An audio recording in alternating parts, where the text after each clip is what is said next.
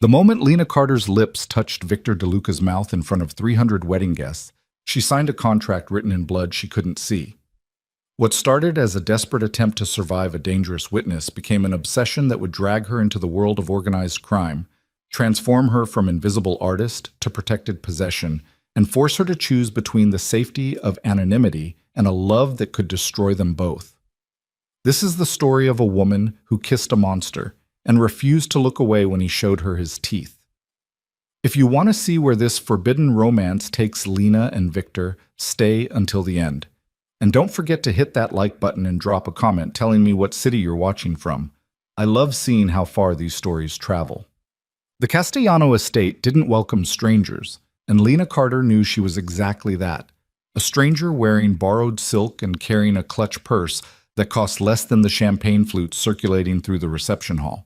She'd been invited as a +1 to a +1, a friend of her college roommate who happened to be dating a distant cousin of the bride.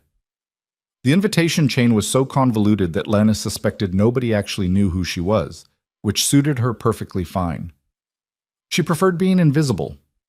The wedding itself had been excessive in that particularly obscene way that old money families displayed their wealth: white roses flown in from Ecuador, a string quartet that had probably performed at Carnegie Hall, and enough security personnel scattered throughout the grounds to make Lena wonder if she'd accidentally wandered into a political summit rather than a matrimonial celebration. The estate sprawled across what had to be 40 acres of manicured Connecticut countryside, all rolling lawns and carefully pruned hedges that probably required a full-time staff to maintain.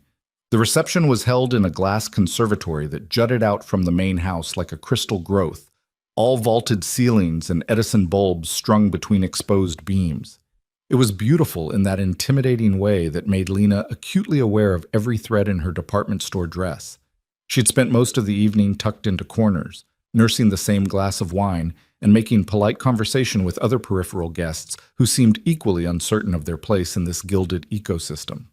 Her roommate had disappeared an hour ago with her boyfriend, leaving Lena to fend for herself among strangers who all seemed to know each other, who all seemed to speak in a shorthand of shared history and inside jokes that she couldn't penetrate.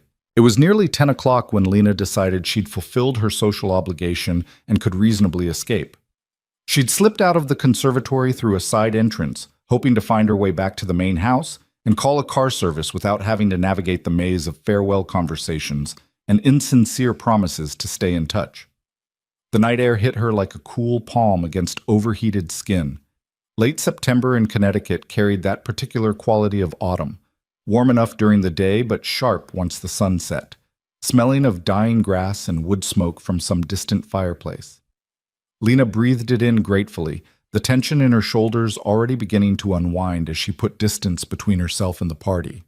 The gardens behind the conservatory were less manicured than the front lawns, allowed to sprawl in that deliberately wild way that required just as much maintenance as formal landscaping but was meant to look effortless. Stone pathways wound between overgrown rose bushes and ornamental grasses that rustled in the breeze.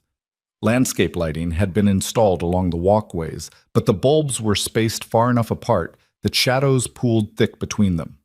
Lena followed the path that seemed to lead back toward the main house, her heels clicking against the flagstones. She'd made it maybe 50 yards when she heard the voices. Low, male, angry. She stopped walking, instinct prickling at the base of her skull.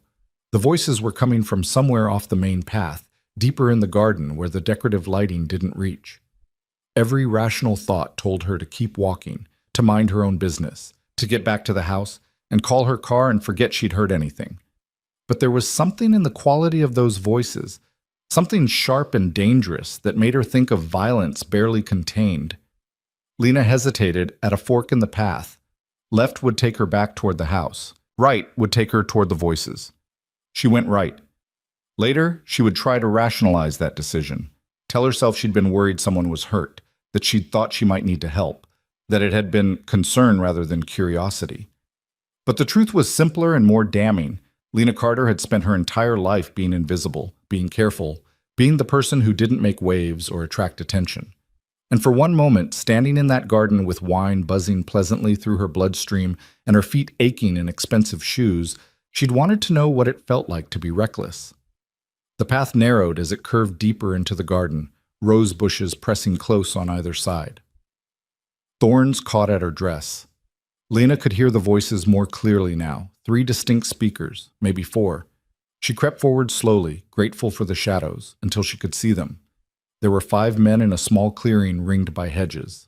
4 of them stood in a loose semicircle around the 5th, who was on his knees in the dirt, with his hands zip-tied behind his back.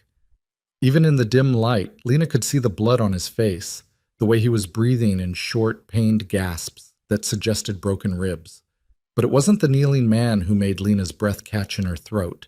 It was the one standing directly in front of him. Even at a distance, even in shadow, there was something about him that drew the eye and held it. He was tall, 6'2", maybe 6'3", with the kind of build that came from disciplined effort rather than genetic luck. Dark hair swept back from a face that would have been classically handsome, if not for the absolute coldness in his expression. He wore a suit that probably cost more than Lena's monthly rent, immaculate despite the violence clearly unfolding, and he radiated the kind of authority that made grown men instinctively straighten their spines. Lena had never seen him before in her life, but she knew exactly who he was. Victor DeLuca. She'd heard the name whispered at the wedding, always in that particular tone people used when discussing someone dangerous. The groom's family had old money, old connections, old roots in the kind of East Coast establishment that valued discretion above all else. The DeLuca family had new money, new power, and a complete disregard for discretion when it suited their purposes. This wedding was a merger disguised as a romance, and Victor DeLuca was the reason it mattered. "You took something that didn't belong to you," Victor said, and his voice was worse than Lena had imagined, cultured and calm and absolutely devoid of mercy. "Did you think I wouldn't notice? Did you think you were clever enough to steal from me and walk away?" The kneeling man tried to speak, but one of the other men kicked him in the ribs before he could get the words out. He folded over with a choked sound, gasping. "I don't want excuses," Victor continued, as if the interruption hadn't happened. "I don't want apologies. I want you to understand the lesson here, that loyalty isn't optional and theft has consequences." He nodded to the man standing closest to him, a broad-shouldered enforcer with hands like sledgehammers. "Break his fingers, all of them. Then make sure he understands that if he ever comes near my business again, we'll move past lessons and into examples." Lena's hand flew to her mouth, muffling the gasp that tried to escape. She took an involuntary step backward, and her heel caught on an uneven flagstone. She stumbled, catching herself on the rosebush beside the path. Thorns bit into her palm. The clutch purse she'd been carrying dropped from her other hand, hitting the ground with a sound that might as well have been a gunshot in the sudden silence. Every man in the clearing turned toward the sound, toward her. For one crystalline moment, Lena stood frozen in the pathetic light, her hand bleeding from rose thorns and her heart hammering so hard she thought it might crack her ribs. She could see Victor DeLuca's face clearly now, sharp cheekbones, a mouth made for cruelty, and eyes so dark they looked black in the shadows. Those eyes locked on hers, and Lena felt the bottom drop out of her stomach. "Run!" something screamed in the back of her mind. "Run, right now!" She ran. Lena spun on her heel and bolted back down the path, her heels catching on flagstones and her dress tangling around her legs. She could hear shouts behind her, the sound of footsteps pounding after her, but she didn't look back. She just ran, branches whipping at her face and her lungs burning as she gasped for air. The path forked and she went left, then right at the next intersection, having absolutely no idea where she was going except away. The garden had become a maze, every turn looking identical to the last, and panic was starting to claw its way up her throat when she burst out of the hedges and nearly collided with a couple strolling arm in arm along the lawn. They startled at her sudden appearance, taking in her disheveled state with matching expressions of concern and judgment. Lena mumbled an apology and kept moving, forcing herself to walk now despite every instinct screaming at her to keep running. She could see the conservatory ahead, light and music spilling out across the grounds, and she aimed for it like a drowning woman swimming for shore. She'd almost reached the entrance when a hand closed around her elbow. Lena spun, a scream building in her throat, and found herself face to face with Victor DeLuca. Up close, he was devastating. Not handsome in any soft or approachable way, but striking in the manner of sharp edges and hard lines, a face built for severity and command. His dark eyes swept over her in a single assessing glance that managed to be both invasive and entirely impersonal, cataloging details and dismissing them just as quickly. "You saw something you shouldn't have," he said quietly. His hand on her elbow wasn't tight enough to hurt, but the controlled strength in it was unmistakable. "That creates a problem for both of us." Lena tried to jerk her arm free. He didn't let go. "I didn't see anything. I don't know what you're talking about. Let me go." "You're a terrible liar." Something that might have been amusement flickered across his face, there and gone in an instant. "Which makes this conversation very short. You have two options. You can come with me quietly so we can discuss what happens next, or I can have my men escort you somewhere private. Either way, we're having this conversation. The only question is whether you make a scene that draws attention neither of us wants." The music from the conservatory swelled behind them, some slow song that had couples drifting onto the dance floor. Through the glass walls, Lena could see women in evening gowns swaying in the arms of men in expensive suits, all of them blissfully unaware that anything was wrong. She could scream, should scream. But Victor DeLuca was already turning toward the conservatory, his hand still locked around her elbow, and Lena found herself being guided forward before her brain could catch up to what was happening. "What are you doing?" she hissed. "Solving both our problems." He led her straight through the entrance and onto the dance floor, positioning her in the middle of the crowd. His hand slid from her elbow to her waist, pulling her close enough that she could feel the heat of him through the layers of fabric between them. "Dance with me." "What? No, Dance with me," he repeated, and this time it wasn't a suggestion. His other hand captured hers, lifting it to the proper position. "And smile. Everyone's watching."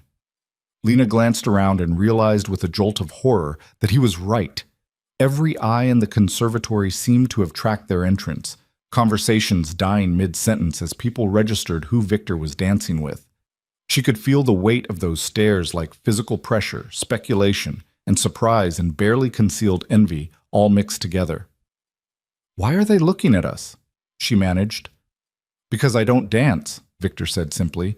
"And I certainly don't dance with women nobody knows. Which means you just became interesting, which means whatever you saw in the garden becomes irrelevant."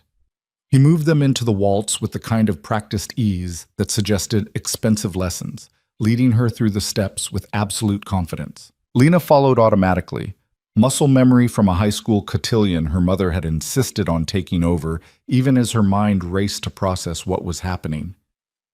"I don't understand." "You witnessed something that could be problematic for me," Victor explained, his voice barely above a murmur. Anyone watching would see his lips near her ear and assume intimacy rather than threat. "But if you're someone I'm publicly showing interest in, then you become protected rather than a liability. Nobody touches you without my permission, and nobody questions why you were in the garden because obviously you were meeting me." "That's insane." "That's expedient." His hand tightened fractionally on her waist, a subtle reminder that she was still very much in his control. "Play along for 5 minutes, let yourself be seen, and then you can leave. Go home. Forget this happened. But if you try to run or make a scene, I promise you the alternative will be much less pleasant." Lena's heart was still racing, but not entirely from fear anymore. Being this close to Victor DeLuca was overwhelming in ways she hadn't anticipated. The subtle scent of his cologne, the controlled strength in the way he moved, the absolute certainty in every word he spoke. He was dangerous, she knew that intellectually, but there was something magnetic about that danger that made it hard to look away. "What happened to the man in the garden?" she asked. Victor's expression didn't change, but something cold flickered through his eyes. "That's not your concern." "You were going to break his fingers." "I still might. He stole from me. There are consequences for that."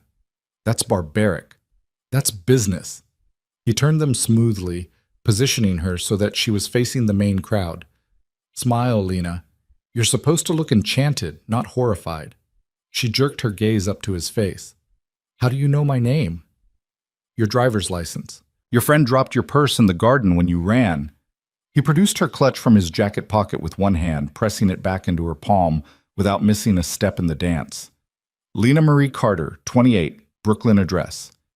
You work at an art gallery in Soho. No criminal record, No outstanding warrants, no obvious connections to anyone who matters. You had someone run a background check on me in the last 10 minutes? I had someone run a background check on you in the last 5 minutes, Victor corrected. And the conclusion is that you're exactly what you appear to be. Nobody important who happened to be in the wrong place at the wrong time.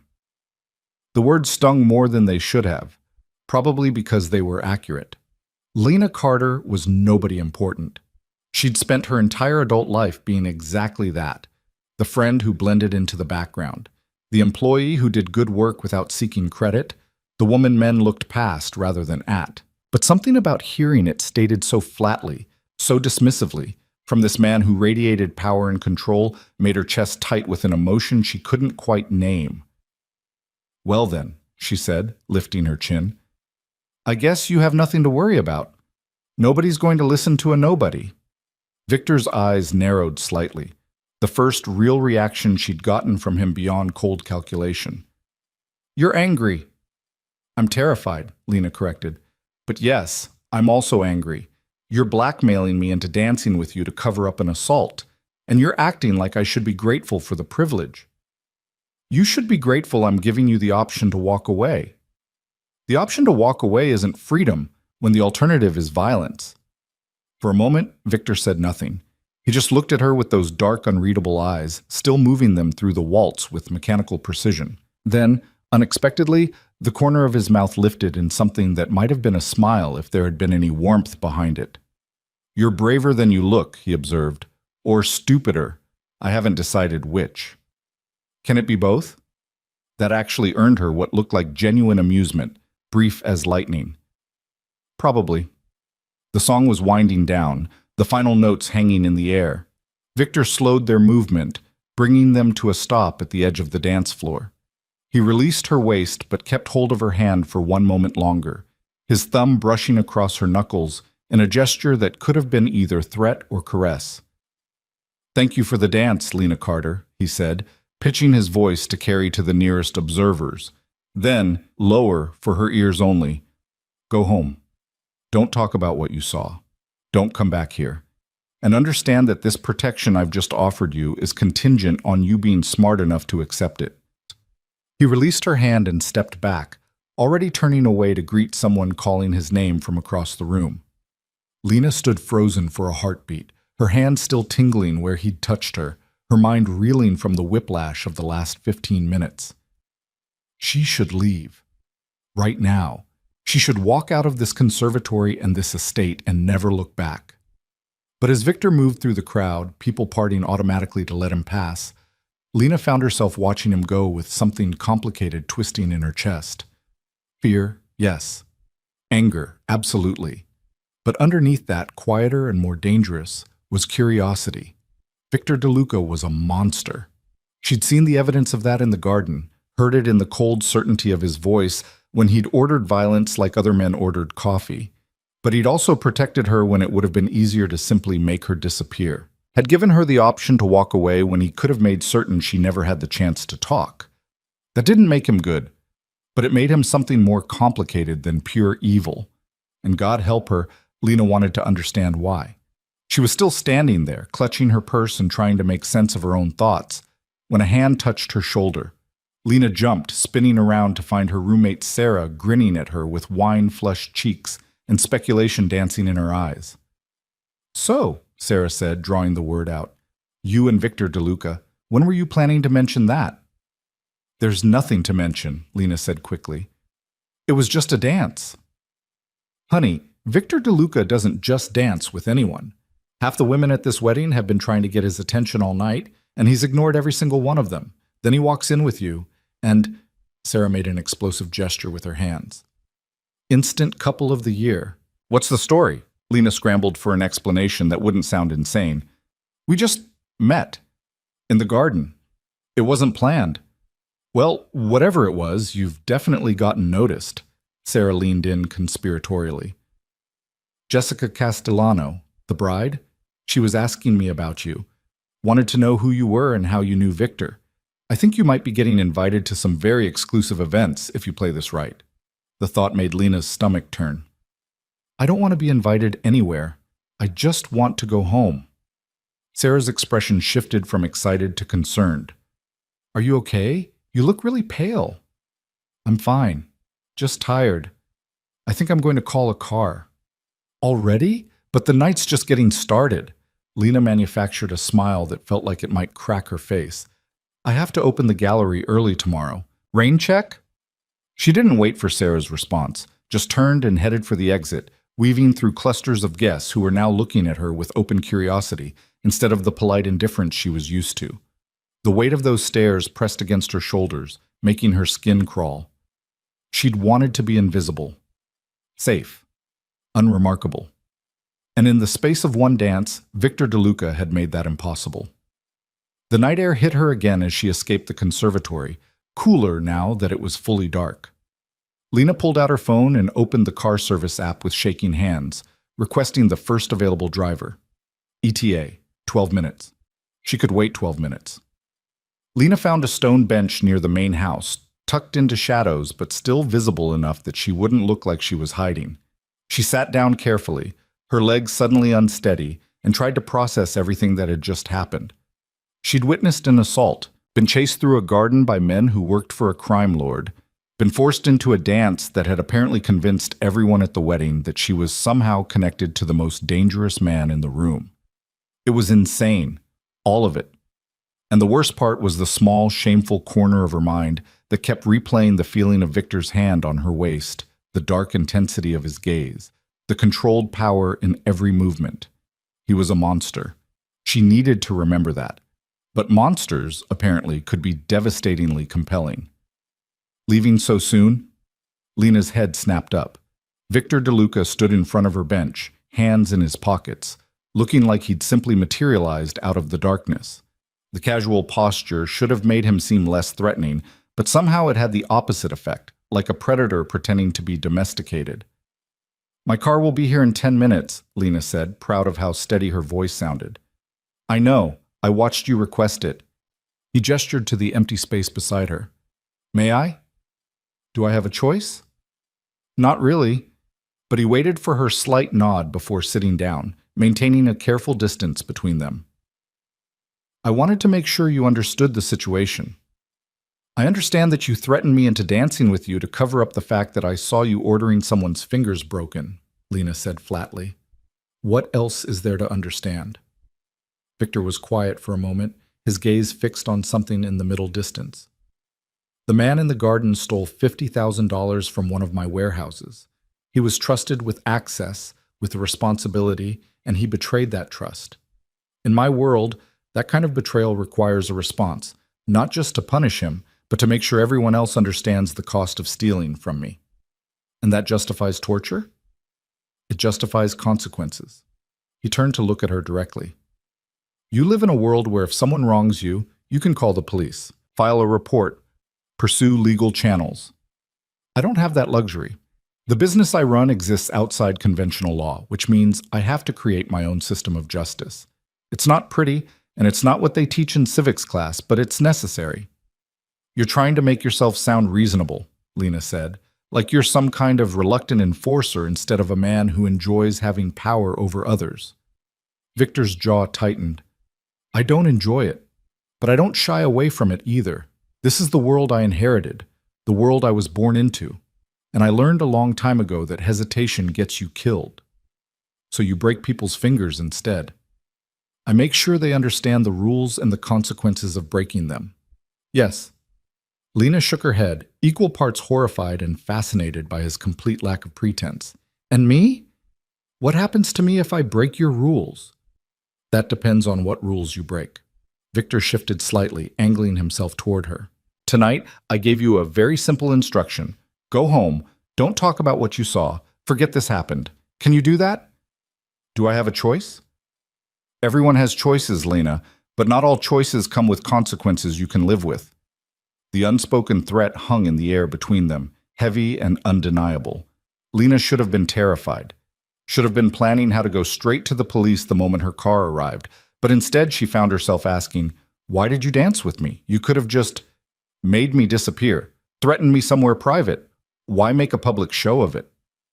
Victor considered the question, his expression unreadable in the shadows. Because public association offers you protection that a private threat never could.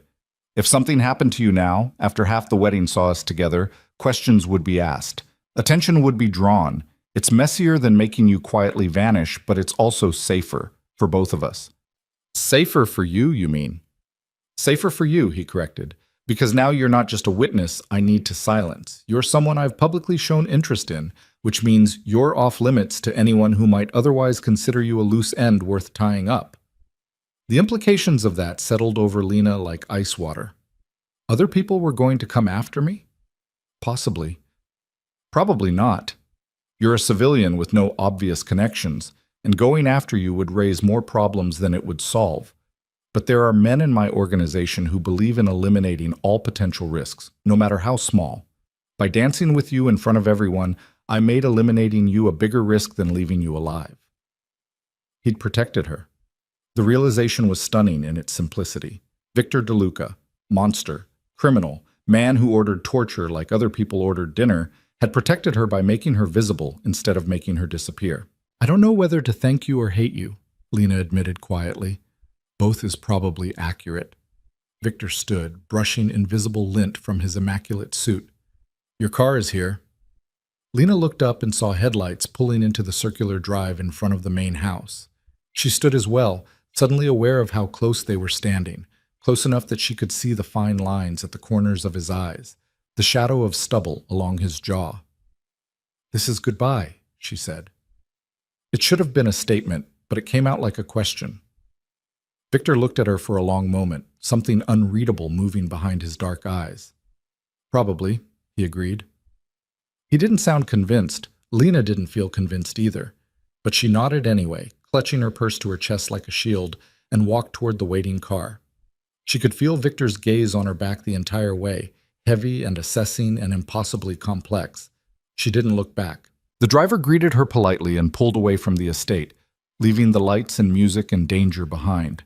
Lena sat in the back seat, her hands trembling slightly as adrenaline finally caught up with her.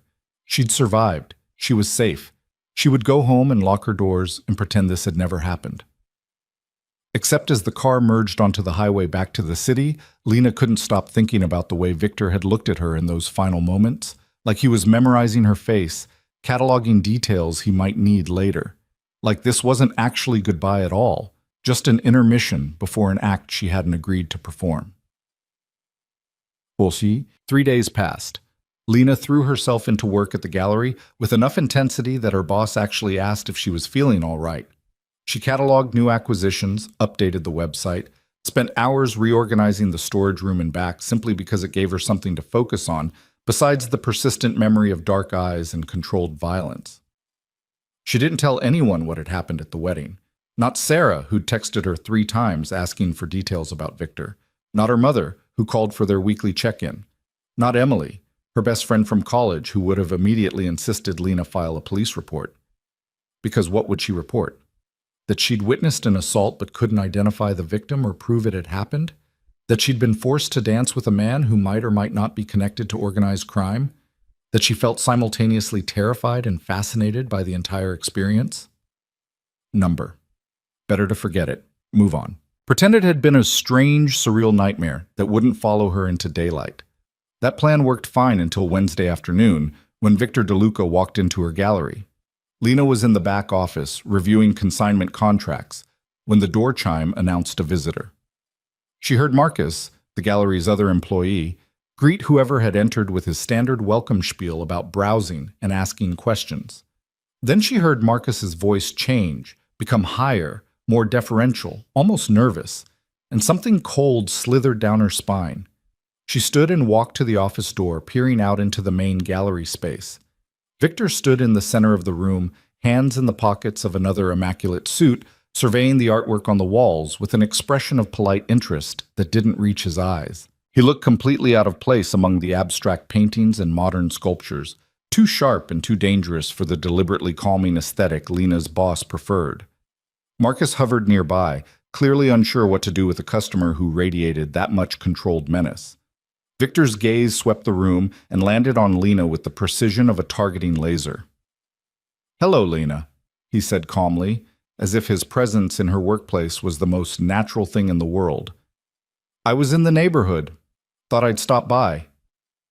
Every instinct screamed at her to run, but her legs carried her forward instead, moving on autopilot while her brain tried desperately to catch up.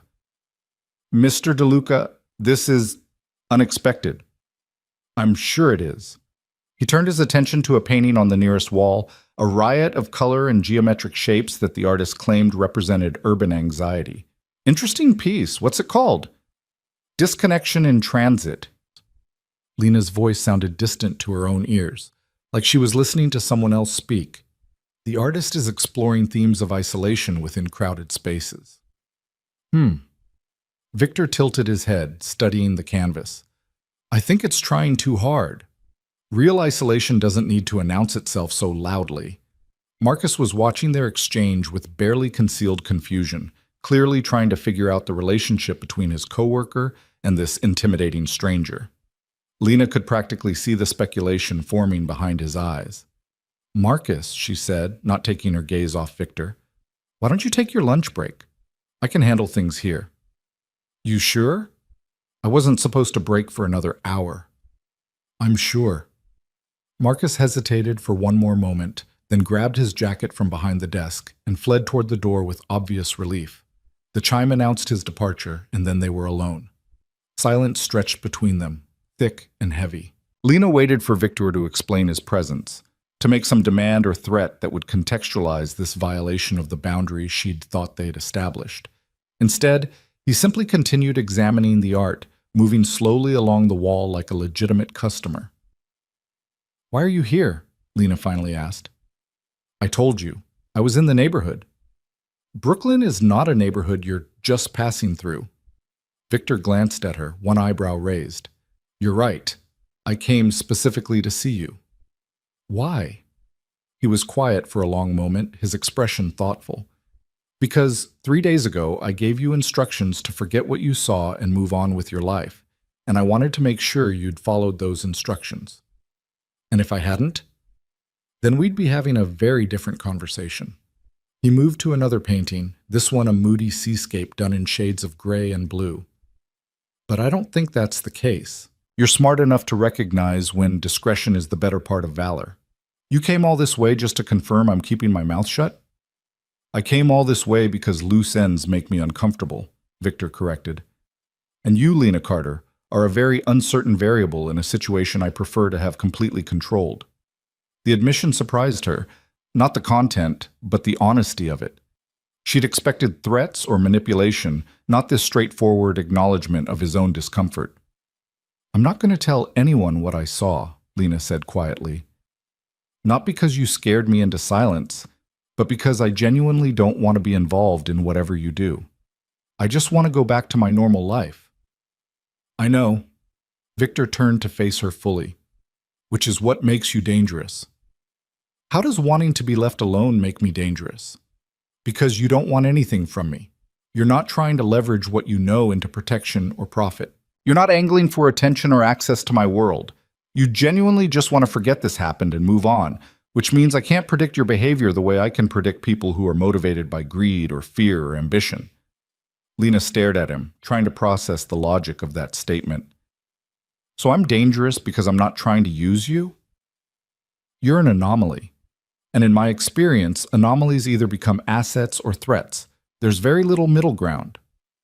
And which do you think I am? Victor's dark eyes searched her face, looking for something she couldn't identify. I haven't decided yet. The air between them felt charged, heavy with implications Lena didn't fully understand. She should order him to leave, should tell him that whatever game he was playing, she wanted no part of it. But instead she found herself asking, what happened to the man in the garden? He's alive. Missing several fingers, but alive. But Victor said it without inflection, like he was reporting the weather. He won't steal from me again. You're a monster. I'm a businessman operating in an industry that doesn't leave room for weakness. He took a step closer to her, closing the distance until Lena had to tilt her head back to maintain eye contact. But I'm not here to defend myself to you, Lena. I'm here because circumstances have created a connection between us, and I need to determine how to manage that connection. There is no connection. We danced once at a wedding, that's all. You saw my face while I was conducting business that could destroy me if made public. You heard my voice giving orders that constitute assault at minimum, possibly conspiracy depending on how creative a prosecutor wanted to get. That creates a connection whether you acknowledge it or not. Lena's heart was hammering against her ribs, but she refused to step back, refused to give ground. So what do you want from me? Another promise to keep quiet? A signed NDA? What? I want you to understand that your safety is now tied to mine, Victor said quietly. That dance at the wedding bought you protection, but that protection is only valuable as long as people believe you matter to me, which means we need to maintain the appearance of a connection. Absolutely not. I'm not asking for a real relationship, Lena, just the occasional public appearance, a dinner here, an event there. Nothing that would significantly disrupt your life, but enough to maintain the fiction that you're under my protection. And if I refuse? Victor's expression didn't change, but something shifted in his eyes. A hardening, a cooling. Then you become a loose end again. And I handle loose ends. There it was, the threat underneath the reasonable tone, the violence lurking behind the civilized veneer. Lena wanted to tell him to go to hell, wanted to throw him out of her gallery and file a restraining order and scream until someone listened that Victor DeLuca was a criminal who was trying to force her into some twisted performance of a relationship she wanted no part of. But she was also smart enough to recognize that none of those options ended well for her. How long? She asked, hating the defeat in her own voice. 6 months, maybe a year, until the attention dies down and people stop associating you with me. And then what? Then you go back to being invisible, and I go back to forgetting you exist. It should have been insulting, should have made her angry. Instead, Lena felt an odd pang of something that might have been disappointment, which was insane because she didn't want Victor DeLuca remembering she existed. Did she? Fine, she heard herself say, but I have conditions. Victor's eyebrow rose again, this time with what looked like genuine surprise. You're negotiating. If I'm going to be your fake girlfriend or whatever this is, then yes, I'm negotiating. Lena crossed her arms, armor against the intensity of his gaze. First condition? No actual relationship. This is purely performative. Agreed. Second, you tell me ahead of time when you need me to appear somewhere. No surprise visits to my workplace. Reasonable. Third, she hesitated, then pushed forward. You tell me the truth. About what you do, about what I'm getting involved in. I don't want to be blindsided by something because you decided I didn't need to know. That one gave Victor pause. He studied her for a long moment, something calculating moving behind his expression. Truth is dangerous, Lena. Sometimes ignorance is protection. I'd rather have dangerous truth than comfortable lies. Would you? He stepped even closer, close enough that she could feel the heat radiating off him, smell the subtle scent of his cologne. Because once you know certain things, you can't unknow them. Once you see how deep the corruption goes, how many powerful people are compromised, how much of the world runs on violence and coercion, you don't get to go back to comfortable ignorance. I already know you're a monster, Lena said, even though her voice had gone quiet, uncertain. How much worse can the truth be? Victor's mouth curved into something that wasn't quite a smile. You'd be surprised. He held her gaze for one more long moment, then stepped back, the sudden distance feeling like a physical loss. Dinner, he said. Friday night. I'll send a car for you at 7. Wear something nice. We're going somewhere that matters, and I need you to look like you belong at my side. This is insane. This is survival. Victor headed for the door, then paused with his hand on the handle. And Lena, one more thing. What? Try not to fall in love with me. This arrangement works a lot better if we both remember it's just business. Then he was gone, the door chime marking his exit, leaving Lena standing alone in the gallery with her heart racing and her thoughts in complete chaos. She sank into the nearest chair, her legs suddenly unsteady. What had she just agreed to? And why did some small, shameful part of her feel almost excited? The car Victor sent wasn't subtle. It was a black Mercedes S-Class with tinted windows and a driver who looked like he moonlighted as a bodyguard, all squared jaw and watchful eyes. He held the door open for Lena without speaking, and she slid into the leather interior feeling like she was stepping into a different world entirely. She'd spent 2 hours getting ready, changing outfits 4 times before settling on a deep burgundy dress that managed to be elegant without trying too hard. Her hands had shaken while applying eyeliner, and she'd had to redo her lipstick twice because the first attempts looked like a child had colored outside the lines. Now, sitting in the back of this obscenely expensive car, Lena wondered if any amount of preparation could make her ready for whatever tonight would bring. The driver navigated through Brooklyn with practiced ease, crossing the bridge into Manhattan as the city lights began to spark against the deepening twilight. Lena watched the familiar landmarks slide past. The skyline she'd seen 1,000 times, the streets she'd walked, the city she thought she knew, and felt like she was seeing it all through new eyes. This was Victor's world, not the sanitized version tourists saw, but the darker machinery underneath, the deals made in expensive restaurants, the power brokered over wine that cost more than her monthly rent, the violence lurking just beneath the surface of civilization. The car pulled up in front of a restaurant Lena recognized from food magazines and celebrity Instagram posts, the kind of place that required reservations months in advance and where the menu didn't list prices because if you had to ask, you couldn't afford it. The driver opened her door. Lena stepped out onto the sidewalk, her heels clicking against the pavement, and immediately felt underdressed despite the expensive dress. Everyone entering the restaurant looked like they belonged in a different tax bracket, different world, different species entirely. "Ms. Carter!" Victor's voice came from her left, and Lena turned to find him standing near the entrance, somehow looking even more devastating than she remembered.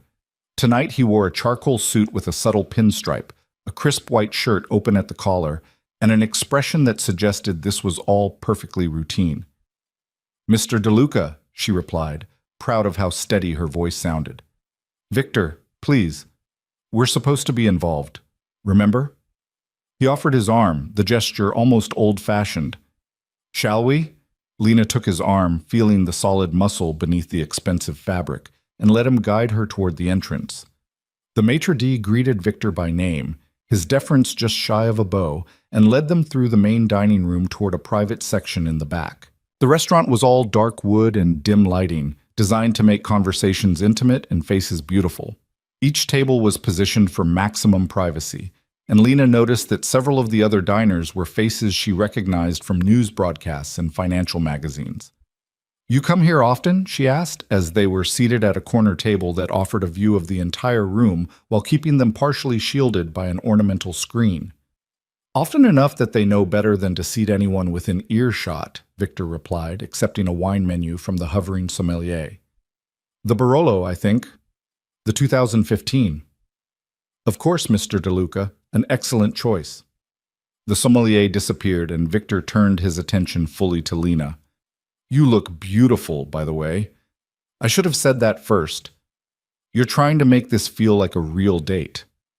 I'm trying to make it look like a real date. There's a difference." He leaned back in his chair, studying her with that unsettling intensity. "Though I meant the compliment. That color suits you." Lena felt heat rise in her cheeks and hated herself for it. "Thank you. You're nervous." "I'm sitting across from a man who threatened me into a fake relationship to cover up the fact that I witnessed him ordering an assault. Yes, I'm nervous." Victor's mouth twitched. "Fair enough, but for tonight, try to relax. We're just two people having dinner, nothing sinister about that. Except for the part where it's all a lie designed to make people think I'm under your protection. Also fair." The sommelier returned with the wine, going through an elaborate presentation that Victor waved off with practiced impatience. Once their glasses were poured and they were alone again, he raised his in a small toast. "To mutually beneficial arrangements." Lena touched her glass to his, the crystal chiming softly. "To survival." "I'll drink to that." "To Toto." The wine was extraordinary, rich and complex in ways that made Lena understand why people spent ridiculous amounts of money on bottles. She took another sip, letting it warm her from the inside out, and tried to think of this as just another surreal experience in a week that had already shattered her sense of normal.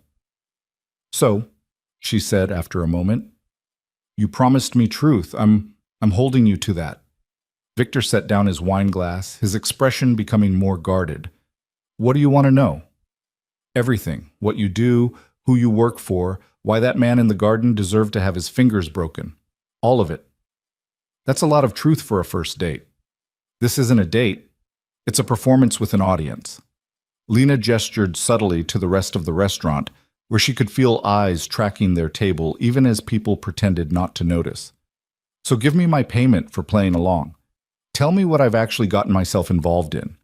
Victor was quiet for a long moment, studying her face like he was trying to determine how much she could handle. Finally, he leaned forward, his voice dropping to barely above a murmur. My family has been in logistics and procurement for 3 generations, he said. Officially, we run shipping companies, warehouses, import-export businesses, all legitimate, all properly licensed and taxed. And unofficially? Unofficially, we facilitate the movement of goods and services that exist outside legal channels, pharmaceuticals that haven't been approved for domestic sale, luxury items that certain people would prefer not to claim on customs declarations, information that shouldn't technically be available but that the right people will pay premium prices to obtain. You're describing smuggling. I'm describing a gray market that exists because official channels are slow, bureaucratic, and often fail to meet the actual needs of people with resources and urgency. But Victor's tone was matter-of-fact, like he was explaining a perfectly reasonable business model. We don't deal in weapons or human trafficking. Those are lines I won't cross. But yes, the core business involves moving things that shouldn't technically be moved. Lena processed that, taking another drink of wine to buy herself time. And the man in the garden? Where does he fit into this perfectly reasonable gray market? He was a warehouse supervisor who thought skimming $50,000 from shipments would go unnoticed. It didn't. Victor's expression hardened. In a business built on trust and discretion, theft is an existential threat. If word got out that someone could steal from me without consequences, every opportunistic employee would start helping themselves. The punishment wasn't about the money. It was about making sure everyone else understood the rules. So you broke his fingers as a lesson to other employees. I broke his fingers as a consequence of his choice to steal. Victor held her gaze, unflinching. I'm not asking you to approve, Lena. You wanted truth, and this is it. I run an organization that operates outside legal boundaries, which means I have to create and enforce my own justice system. It's brutal sometimes, but it's necessary. A waiter appeared to take their order, forcing them to pause the conversation while Victor ordered for both of them in flawless Italian. Lena didn't protest.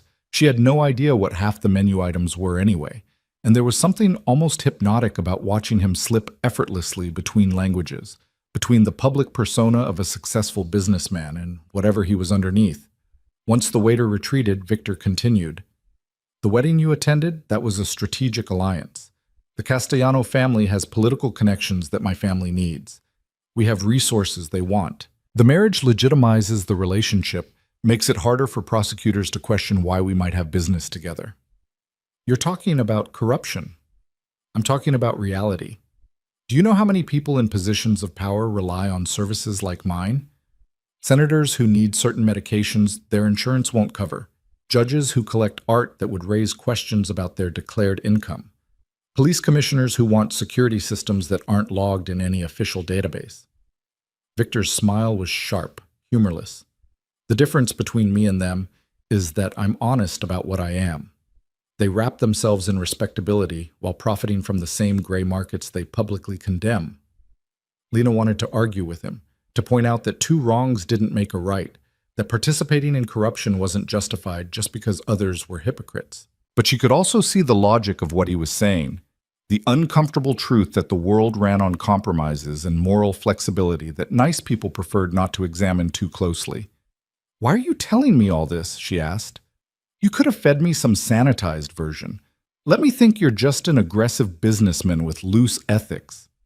Because you asked for truth, and I don't see the point in half measures. Victor leaned back as their first course arrived, something delicate and artistic that Lena barely registered. And because if you're going to be associated with me, even temporarily, you deserve to understand what that association means. The protection I'm offering is real, but so are the risks. People will make assumptions about you based on your connection to me. Some of those assumptions might put you in uncomfortable positions. What kind of uncomfortable positions? Questions from friends about how we met and what I do. Attention from people who want to use you to get access to me. Possibly surveillance from law enforcement who have been trying for years to find something they can charge me with. He said it all calmly, like he was describing minor inconveniences rather than potential threats to her entire life. Lena's appetite had completely disappeared, but she forced herself to take a bite of whatever delicate creation was on her plate. It tasted like ashes. You're saying the police might investigate me because of this fake relationship? They might. Probably they'll run a background check, realize you're exactly what you appear to be, and lose interest. But yes, there's a possibility that associating with me will bring you attention you'd prefer to avoid. And you're just now mentioning this? I'm mentioning it now that you've demanded complete honesty. Victor ate with the same controlled precision he seemed to apply to everything else, each movement economical and deliberate. Before, I was operating under the assumption that what you didn't know couldn't hurt you. But you were right earlier. Ignorance isn't really protection. It's just a different kind of vulnerability. Their eyes met across the table, and Lena felt that same electric charge she'd experienced at the wedding. The sense that something significant was happening beneath the surface of this conversation, something neither of them was fully acknowledging. I could still walk away, she said quietly. Tell you this is too much, too dangerous, too complicated. You could, Victor agreed, and I would let you go. But we both know what happens then. You go back to being a loose end, and loose ends in my world have a tendency to get tied up in ways that aren't pleasant for anyone involved. So my choices are either play along with this insane arrangement or risk being disappeared by your associates who don't share your restraint. Your choices are to accept temporary protection and minor inconvenience in exchange for certainty that you're safe, or to gamble that being nobody important will be enough to keep you off anyone's radar. Victor set down his fork, giving her his complete attention. I'm not trying to scare you, Lena. I'm trying to make sure you understand the full situation so you can make an informed decision. Lena wanted to scream, wanted to throw her wine in his face and storm out and go back to her small, safe, boring life, where the most dangerous thing she encountered was the occasional aggressive customer at the gallery. But she was also brutally aware that he was right. She'd already seen too much, knew too much, existed too clearly in his world to ever truly go back to complete safety. Fine, she said, hearing the defeat in her own voice. I'll play along, but I want something in return. Victor's eyebrow rose. You're negotiating again. You're asking me to risk my entire life on the assumption that your protection is worth the danger that comes with it. Yes, I'm negotiating. A slow smile spread across his face, the first expression of genuine amusement she'd seen from him. I'm starting to like you, Lena Carter. What do you want? Honesty, real honesty, not just strategic information dumps when I push hard enough. If something changes, if the situation becomes more dangerous, if there's something I need to know, you tell me immediately. No protecting me through ignorance. Victor considered that for a long moment. That's fair. What else? You said 6 months to a year. I want a firm timeline, and I want your word that when this is over, I'm truly done. No lingering obligations, no future favors, no claims on my life. Agreed. Though I should warn you, my word is worth more than most people's contracts, but it's not a legal document. If you want protection after our arrangement ends, you'll need to ask for it explicitly. I won't need it because nobody will remember I exist once you've moved on to your next convenient alibi. Something flickered across Victor's expression, too quick for Lena to identify before his mask of control slid back into place. Probably true. Anything else? Yes. If we're going to do this, you need to teach me how to survive in your world. Not just how to look pretty on your arm at restaurants, but how to recognize danger, how to navigate conversations with dangerous people, how to protect myself if something goes wrong. That surprised him. She could see it in the slight widening of his eyes, the pause before he responded. You want me to train you? I want to not be helpless. If I'm going to be exposed to your world, I want to understand it well enough to survive it without you holding my hand. Lena leaned forward, matching his intensity. You said I'm dangerous because you can't predict my behavior. Make me predictable. Teach me the rules of your world so I can navigate it competently." Victor stared at her for a long moment, something complex moving behind his dark eyes. When he finally spoke, his voice had changed, become lower, more intimate, edged with something that might have been respect. "You're full of surprises, Lena Carter. Most people in your position would be looking for ways to minimize their exposure. You're asking me to pull you deeper in. I'm asking you to give me agency in a situation where you've taken most of my choices away. There's a difference." "Fair enough." He raised his wine glass again, this time with what looked like genuine approval in his expression. "I'll teach you. Starting tomorrow night. We'll begin with the basics. How to read a room, how to identify who has real power versus who's pretending, how to extract yourself from dangerous conversations gracefully. Just like that, you're agreeing? I respect competence and clear thinking, even when it comes from someone who has every reason to hate me. You've demonstrated both." Victor's smile turned sharp.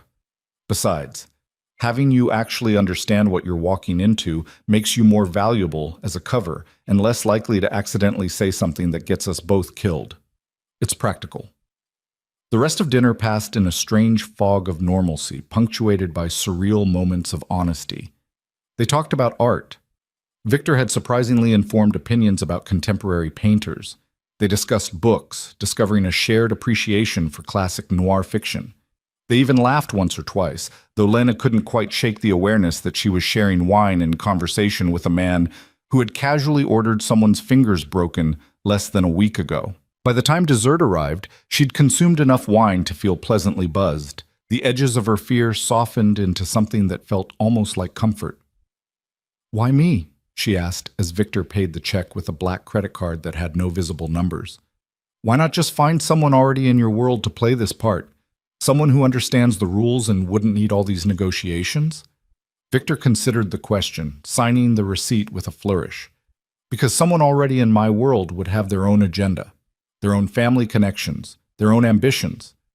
You're an outsider with no stakes in the power games that everyone else is playing, which makes you safer in some ways, more controllable, more contained." "You mean more disposable?" "I mean more independent. You don't owe loyalty to anyone who might be my enemy. You don't have leverage you're waiting to use against me. You're just a woman who made the mistake of witnessing something she shouldn't have and is now trying to survive the consequences." He stood, offering his hand to help her up. "It makes you honest in a way that people in my usual circles can never be." Lena took his hand, letting him pull her to her feet. The wine had definitely affected her balance, and she swayed slightly before catching herself. Victor's hand moved to her waist, steadying her with the same controlled strength she remembered from their dance. "Easy," he murmured. "How much did you have to drink?" "Not enough to forget who you are. Too much to pretend I'm not terrified." "Good. Fear will keep you alert. Just don't let it paralyze you." The car was waiting when they emerged from the restaurant, the driver holding the door with the same professional detachment. Victor guided her into the back seat, then slid in beside her, maintaining a careful distance even as the car pulled into traffic. "I'll have you home in 20 minutes, he said, "unless you'd prefer to go somewhere else first." Lena's wine-soaked brain took a moment to process the implications of that offer. "Is that you asking me to sleep with you?" "That's me giving you the option if you wanted to continue the appearance of a relationship somewhere more private. Some of the people from the restaurant will likely mention seeing us together, and if we disappeared to my apartment, it would reinforce the fiction." He said it clinically, like he was discussing business strategy rather than potential intimacy. "Absolutely not." "I didn't think so, but I wanted to make the offer in case you disagreed." Victor pulled out his phone, typing something quickly. "Your answer is actually better for the narrative. Women who sleep with me on the first date look opportunistic. Women who make me work for it look like they actually matter." "You've really thought this through." "I've had practice." He put the phone away, turning his attention back to her. "I'll pick you up tomorrow at 7. Wear something you can move in. We're going somewhere less formal." "Where?" "You'll see when we get there. Consider it your first lesson in trusting me when you don't have complete information." The car wound through Manhattan, then crossed back into Brooklyn, the city lights giving way to the quieter streets of her neighborhood. Lena watched the familiar landmarks pass, feeling like she was returning from a journey much longer than one evening. When they pulled up in front of her building, Victor got out with her, walking her to the door with an old-fashioned courtesy that seemed at odds with everything else about him. "Thank you for tonight," he said, his voice low enough that the driver couldn't hear. "You played your part well." "Is that what we're calling it? Playing a part?" "What would you call it?" Lena looked up at him, this dangerous, complicated man who had somehow become tangled in her life through pure chance and poor timing. "Survival. Just like you said." Victor reached out, and for one heart-stopping moment, Lena thought he was going to kiss her. Instead, his hand came to rest gently against her cheek, his thumb brushing her cheekbone in a gesture that was almost tender. "Get some sleep, Lena. Tomorrow we start turning you into someone who can survive my world without me protecting you." Then he was gone, sliding back into the car and disappearing into the night, leaving Lena standing on her doorstep with her heart racing and her thoughts in absolute chaos. She climbed the 3 flights to her apartment, kicked off the expensive shoes, and collapsed onto her couch, still wearing the burgundy dress. What had she done? She'd agreed to be trained by a criminal, to learn the rules of a world built on violence and corruption, to spend the next 6 months pretending to be romantically involved with a man who saw her as nothing more than a useful prop in whatever larger game he was playing. It was insane. But as Lena lay there in the dark, listening to the familiar sounds of her building settling around her, she couldn't deny the small thrill of excitement that ran through her at the thought of tomorrow night. For the first time in her carefully controlled, deliberately invisible life, Lena Carter was going to learn how to be dangerous. And God help her, she couldn't wait. The next evening arrived faster than Lena expected. She'd spent the day at the gallery unable to focus, her mind cycling between terror and anticipation in equal measure. Marcus had asked twice if she was feeling all right, and she'd blamed a headache rather than admit she was waiting for a crime lord to pick her up for what amounted to training in criminal survival. She'd gone home early, changed into jeans and a fitted black shirt that Victor's cryptic instruction about movement-friendly clothing seemed to call for, and was pacing her apartment when her phone buzzed with a text from an unknown number. Outside. V. Lena grabbed her jacket and headed down, finding not the black Mercedes but a dark gray Audi with Victor in the driver's seat. He wasn't wearing a suit tonight, just dark jeans and a black Henley that somehow made him look more dangerous rather than less formal. "Get in," he said through the open window. Lena slid into the passenger seat, pulling on her seatbelt. "No driver tonight?" "No witnesses for tonight's lesson." Victor pulled smoothly into traffic, heading toward the Manhattan Bridge. "What I'm about to show you isn't exactly legal. Should I be worried?" "Only if you plan to report me to the authorities. But we've already established that you're smarter than that." They drove in silence for a while, crossing into Manhattan and heading downtown toward neighborhoods that Lena recognized as transitional, caught between gentrification and decay, where expensive lofts existed side by side with businesses that had been family-owned for 3 generations. Victor parallel parked on a street that looked abandoned, all shuttered warehouses and chain-link fences. "First lesson," he said, killing the engine. "Information is power. The person who knows the most in any situation has the most control, which means you need to learn how to read people and spaces faster than they can read you." He got out of the car. Lena followed, her nerves singing with adrenaline as Victor led her toward what looked like a completely unremarkable warehouse door. He knocked 3 times, paused, then knocked twice more. The door opened to reveal a woman in her 50s with iron-gray hair and eyes that assessed Lena with the cold precision of a jeweler examining a questionable stone. "Victor?" the woman said. "You didn't mention bringing a guest." "She's with me, Angela, teaching her the basics." Angela's eyebrow rose, but she stepped aside to let them enter. "Your funeral." The warehouse interior had been converted into something that looked like a cross between a boxing gym and a tactical training center.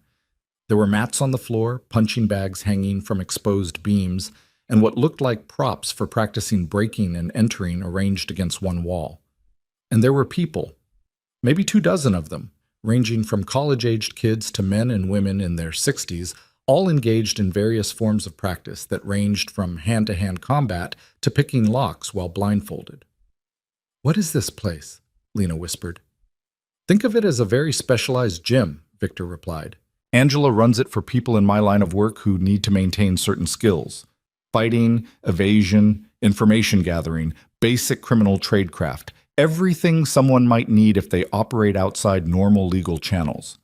He guided Lena across the space toward a corner where a man built like a professional wrestler was showing a teenage girl how to escape a wrist hold. "Marcus," Victor called. "Got time for a beginner?" The man looked up, his expression breaking into a grin when he saw Victor. "Always got time for you. This her?" "This is Lena. Lena, this is Marcus. And yes, I know you work with another Marcus. This one spells it with a C instead of a K, which is somehow important to him." Marcus with a C approached them, his grin fading to professional assessment as he looked Lena over. "Complete beginner?"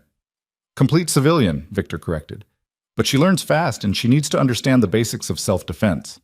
"How basic we talking?" "Basic enough that if someone tries to grab her in a parking lot, she can buy herself time to get away." Marcus nodded slowly. "I can work with that.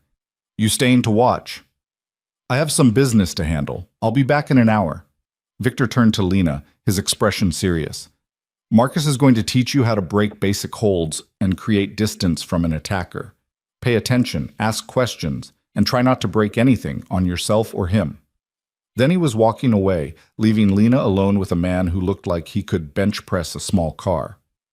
"So," Marcus said cheerfully, "Victor tell you what he does?" "He told me enough to know I should probably be terrified of him." "Smart girl. Terrified is healthy where Victor's concerned, but he's also about the most loyal person I know, so if you're under his protection, you're as safe as it gets in this world." Marcus gestured toward the mats. "Come on, let's start with the most common attack scenario, someone grabbing you from behind." The next hour was simultaneously the most terrifying and empowering experience of Lena's life. Marcus was patient but demanding, walking her through techniques for breaking chokeholds, escaping wrist grabs, and using an attacker's momentum against them. Her body protested movements it had never made before, muscles burning as she practiced the same escapes over and over until they started to feel almost natural. "Good," Marcus said after she'd successfully broken his grip for the third time in a row.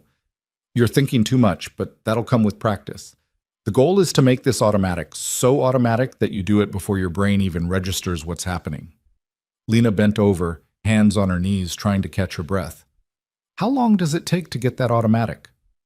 "Depends on how much you practice. Some people get there in a few months. Others never quite make it because they can't override their freeze response in a real crisis." He offered her a water bottle from a nearby cooler. "Victor said you witnessed something you shouldn't have. That what brought you into this world?" "More or less." "And now you're what? His girlfriend? His project? His insurance policy?" Lena took a long drink of water, using the moment to figure out how to answer that. "All of the above, I think." Marcus studied her with surprisingly kind eyes for someone who made his living teaching people how to hurt each other. "Word of advice? Victor's a good man by the standards of this world, but this world has pretty low standards. Don't mistake protection for affection, and don't let proximity turn into something more complicated than it needs to be." "We're not," Lena started, then stopped. "It's not like that between us." "Not yet, maybe, but I've known Victor a long time and I've never seen him bring anyone here. Not business associates, not women he's actually dating, nobody. The fact that he brought you means something, even if neither of you knows what yet." Before Lena could figure out how to respond to that, Victor reappeared from wherever he'd disappeared to, his expression darker than when he'd left. "Everything all right?" Marcus asked, reading something in Victor's face that Lena couldn't see. "Fine. Just some complications with the Castellano situation." Victor's eyes found Lena, and some of the hardness in his expression softened slightly. "How'd she do?" "Natural athlete, quick learner, and smart enough to ask good questions. Give her a few more sessions and she'll be able to handle herself in basic scenarios." "Good." Victor extended his hand to Lena. "Come on, there's one more place I want to take you tonight." Lena took his hand, letting him pull her to her feet, and tried not to notice how easily he'd lifted her or how warm his palm was against hers. They said their goodbyes to Marcus and Angela, then headed back out to the car. This time when Victor started driving, he headed uptown, leaving the industrial neighborhoods behind for the polished wealth of the Upper East Side. "Where are we going now?" Lena asked, Somewhere you need to see if you're going to understand what you're really involved in.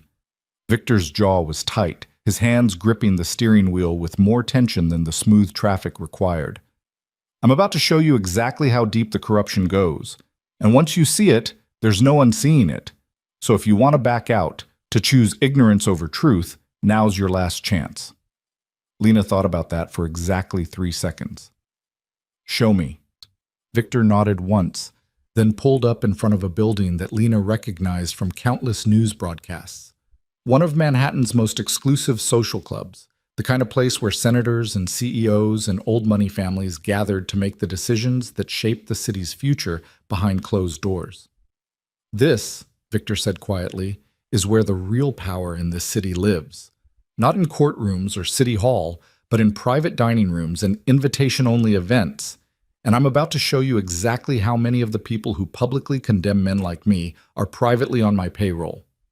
He got out of the car, straightening his shirt, and suddenly he looked every inch the dangerous man he actually was. All controlled menace and unshakable confidence. "Stay close to me," he said as Lena joined him on the sidewalk. "Don't speak unless spoken to directly. And whatever you see in there, whatever you hear, show no reaction at all." Then he walked through the doors like he owned the building, and Lena followed him into a world she'd never imagined existed beneath the city's civilized surface. And with every step deeper into Victor DeLuca's world, Lena felt her old life slipping further away, replaced by something darker, more dangerous, and infinitely more complicated than anything she'd ever known. The interior of the club was everything Lena had imagined and worse, all rich mahogany paneling and oil paintings of men whose names appeared in history textbooks, leather chairs that probably cost more than her car, and an atmosphere of entitlement so thick she could taste it like copper on her tongue. A man in a pristine tuxedo materialized from nowhere, greeting Victor with the kind of deference usually reserved for visiting dignitaries. "Mr. DeLuca, what a pleasure. Your usual room is available." "Thank you, James, and my guest will need temporary clearance." James's eyes flicked to Lena with barely concealed curiosity, but his professional mask never slipped. "Of course, sir, if the young lady would provide identification." Lena fumbled for her driver's license, watching as James photographed it with practiced efficiency before handing it back. "You're cleared for the evening, Ms. Carter. Please stay with Mr. DeLuca at all times." They moved deeper into the building, past rooms where low conversations and cigar smoke created an atmosphere of conspiracy. Victor led her up a curved staircase to the second floor, down a hallway lined with private dining rooms, and finally into a space that looked like something out of a Gilded Age fantasy: crystal chandelier, table set for 12. Windows overlooking Central Park lit up against the night sky. 4 men were already seated, and Lena's stomach dropped as she recognized 3 of them from news broadcasts. A federal judge, a senior police official, a city councilman who'd built his entire campaign on anti-corruption platforms. And sitting at the head of the table, looking entirely comfortable in the midst of this gathering of public servants, was an older man who radiated the kind of quiet authority that came from decades of absolute power. His hair was steel gray, his suit probably cost $10,000, and his eyes tracked Lena with the cold assessment of a predator evaluating potential prey. "Victor," the older man said, his voice carrying the faint trace of an Italian accent. "You're late." "Traffic, Uncle Sal." "My apologies." Victor's hand settled on the small of Lena's back, guiding her forward. "Gentlemen, this is Lena Carter. Lena, my Uncle Salvatore DeLuca, Judge Morrison, Deputy Commissioner Chen, and Councilman Bradley." The men nodded politely, though their eyes held varying degrees of suspicion and curiosity. Lena forced herself to smile, to appear calm, to show absolutely no reaction to the fact that she was standing in a room with public officials who were apparently comfortable having private meetings with the DeLuca crime family. "Ms. Carter," Judge Morrison said, his voice carrying the measured tones of someone accustomed to being listened to. "What an unexpected pleasure. Victor rarely brings guests to these gatherings." "I'm honored to be included," Lena managed, the lie sitting bitter on her tongue. "Sit," Salvatore commanded, gesturing to the chairs beside Victor. "We have business to discuss, and I'd prefer to eat while we talk. The chef here does an excellent ossobuco." Lena sat, Victor settling beside her with the ease of someone completely comfortable in this surreal tableau. Waiters appeared with wine and appetizers, moving through the room with the silent efficiency of people trained to see nothing and remember less. "Now then," Salvatore continued once everyone had been served, "the Castellano wedding went well, I trust?" "Very well," Victor replied. "The alliance is solid. Marco understands the terms, and his family is already facilitating the connections we discussed." "Good. And the issue with the warehouse supervisor?" "Resolved. He won't be a problem going forward." Salvatore's eyes glinted with something cold and satisfied. "You broke his hands?" "Fingers." "As agreed." A measured response. "I'm proud of you, nephew. Your father would have killed the man outright. You're learning the value of restraint." Salvatore turned his attention to the judge. "And you, Morrison, any movement on the Ramirez case?" Judge Morrison set down his wine glass carefully. "The preliminary hearing is scheduled for next month. Based on the evidence the prosecution has, or rather, doesn't have thanks to certain files going missing, I expect to grant the defense motion to dismiss." "Excellent. The Ramirez family has been very generous with their contributions to various charitable causes I support. I'd hate to see their son railroaded by an overzealous prosecutor." Lena's fingers tightened around her own wine glass, her mind reeling. She was listening to a judge casually discuss dismissing a case based on evidence that had been deliberately destroyed. This wasn't just corruption, it was the entire justice system being perverted for the benefit of people with money and connections. Deputy Commissioner Chen spoke up next, his voice quiet but carrying an undercurrent of tension. "We have a problem. That reporter from the Times is still digging into the waterfront development contracts. She's gotten close enough to the money trail that my people are concerned." "How close?" Victor asked, his tone sharpening. "Close enough to know that certain permits were approved without proper environmental review. Close enough to start asking questions about who benefited from the fast-tracking." Salvatore waved a dismissive hand. "Handle it, quietly. I don't want another scandal. The last one cost us 3 months of progress while the public hand-wringing played out." "Define handle it," the commissioner said carefully. "Discredit her. Find something in her background we can leak to her editors. An affair, financial irregularities, plagiarism, I don't care what. Make her toxic enough that the paper won't want to publish anything she writes." Salvatore's smile was thin and cruel. "If that doesn't work, we'll discuss alternative approaches." Lena felt sick. They were talking about destroying a woman's career, possibly her life, simply because she was doing her job as a journalist. And they were discussing it over wine and appetizers like it was a minor inconvenience to be managed. Victor's hand found hers under the table, his fingers squeezing once in what might have been warning or comfort or both. Lena forced herself to remain still, to keep her expression neutral, to be the invisible observer Victor had told her to be. Councilman Bradley cleared his throat. "The vote on the rezoning proposal is scheduled for next week. I've secured the necessary support, but it's going to be close. Some of my colleagues are getting nervous about the optics." "The optics," Salvatore repeated, his voice dripping with contempt. "Tell your nervous colleagues that the campaign contributions they've enjoyed for the past 3 years came from somewhere. Tell them that loyalty is a two-way street, and those who forget that tend to find themselves facing primary challengers with very deep pockets." "I'll convey the message more diplomatically," Bradley said, his discomfort visible despite his attempt to maintain composure.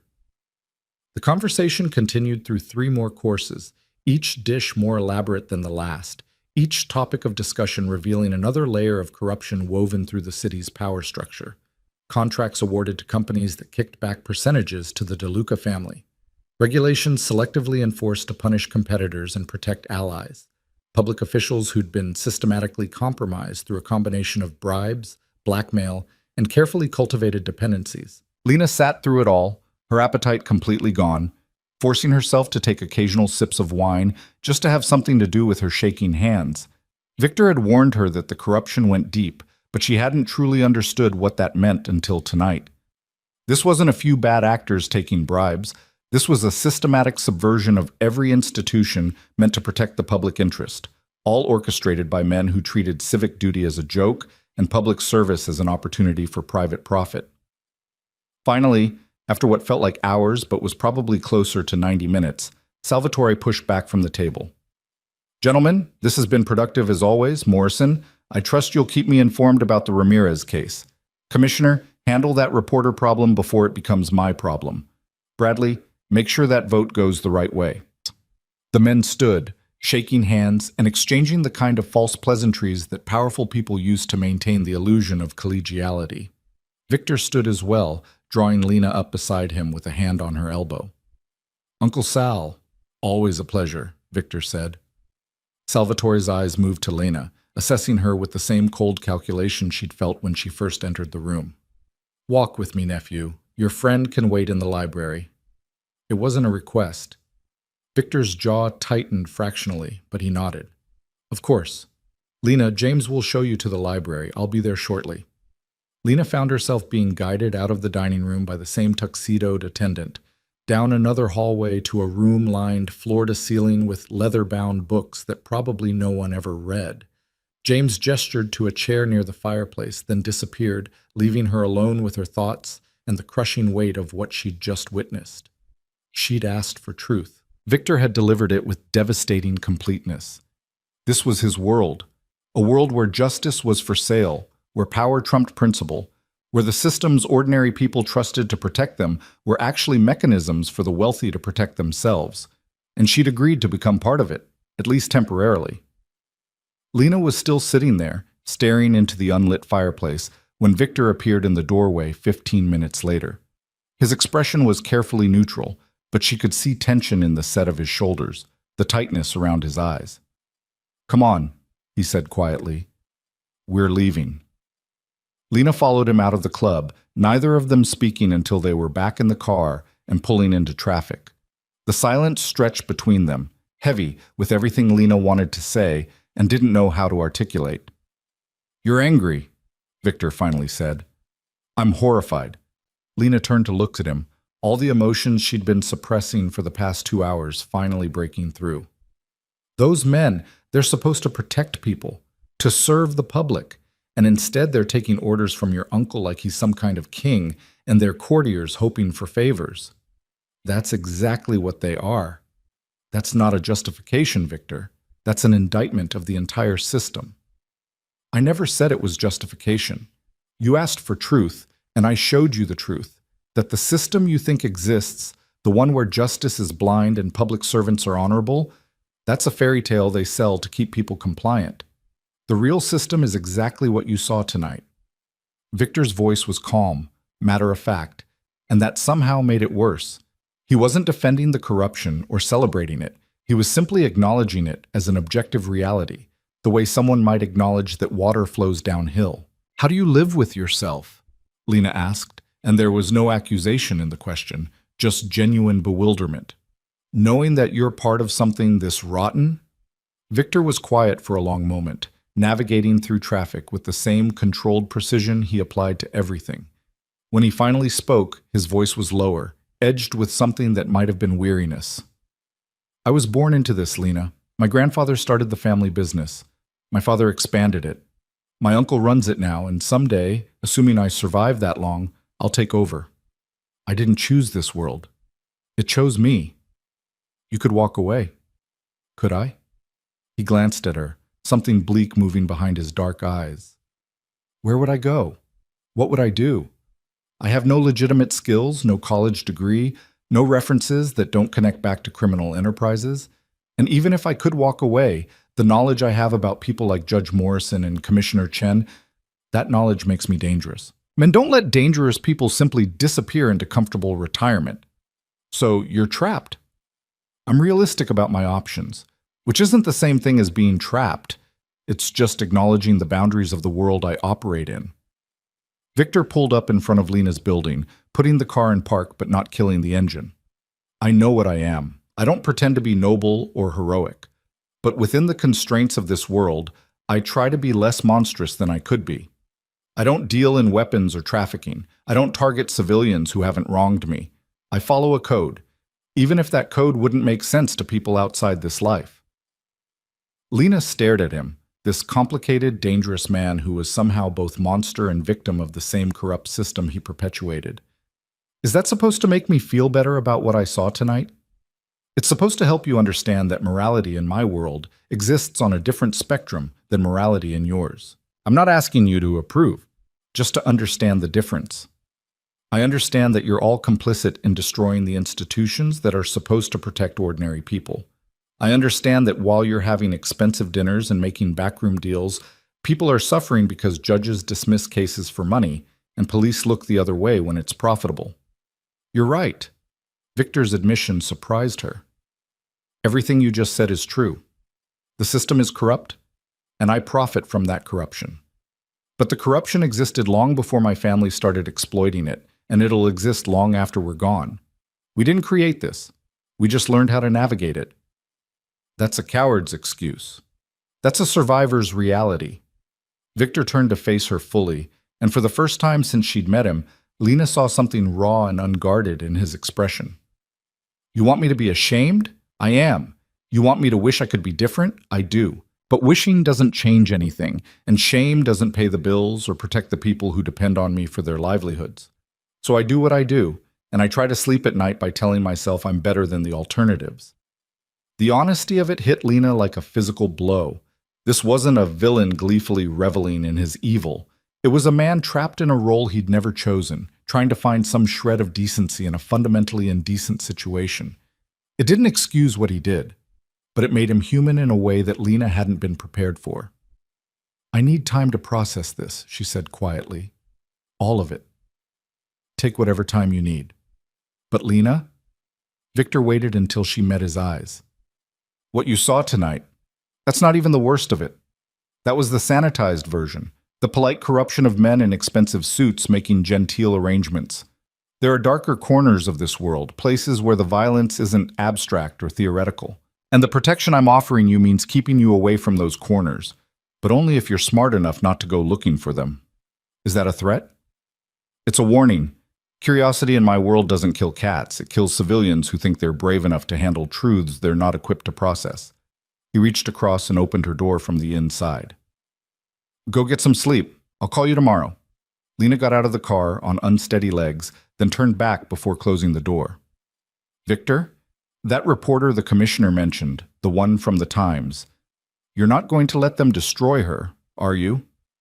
Victor's expression was unreadable in the dim light from the street lamps. I don't control what my uncle does. But you could warn her, anonymously, give her a chance to protect herself. And in doing so, reveal that someone in that room has loose lips and a conscience, which would start an investigation that would end with people getting hurt, possibly including you, if they trace the leak back to tonight's dinner. Victor's voice was gentle, but implacable. I'm sorry, Lena, but that reporter's problems aren't mine to solve, and attempting to solve them would create worse problems for everyone involved, including you, especially me.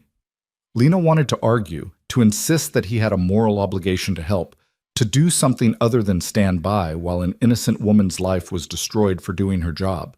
But she could also see the calculus Victor was making, the cold arithmetic of risk and consequence that governed every decision in his world. I don't know how you live with these choices, she said finally. Some days, neither do I.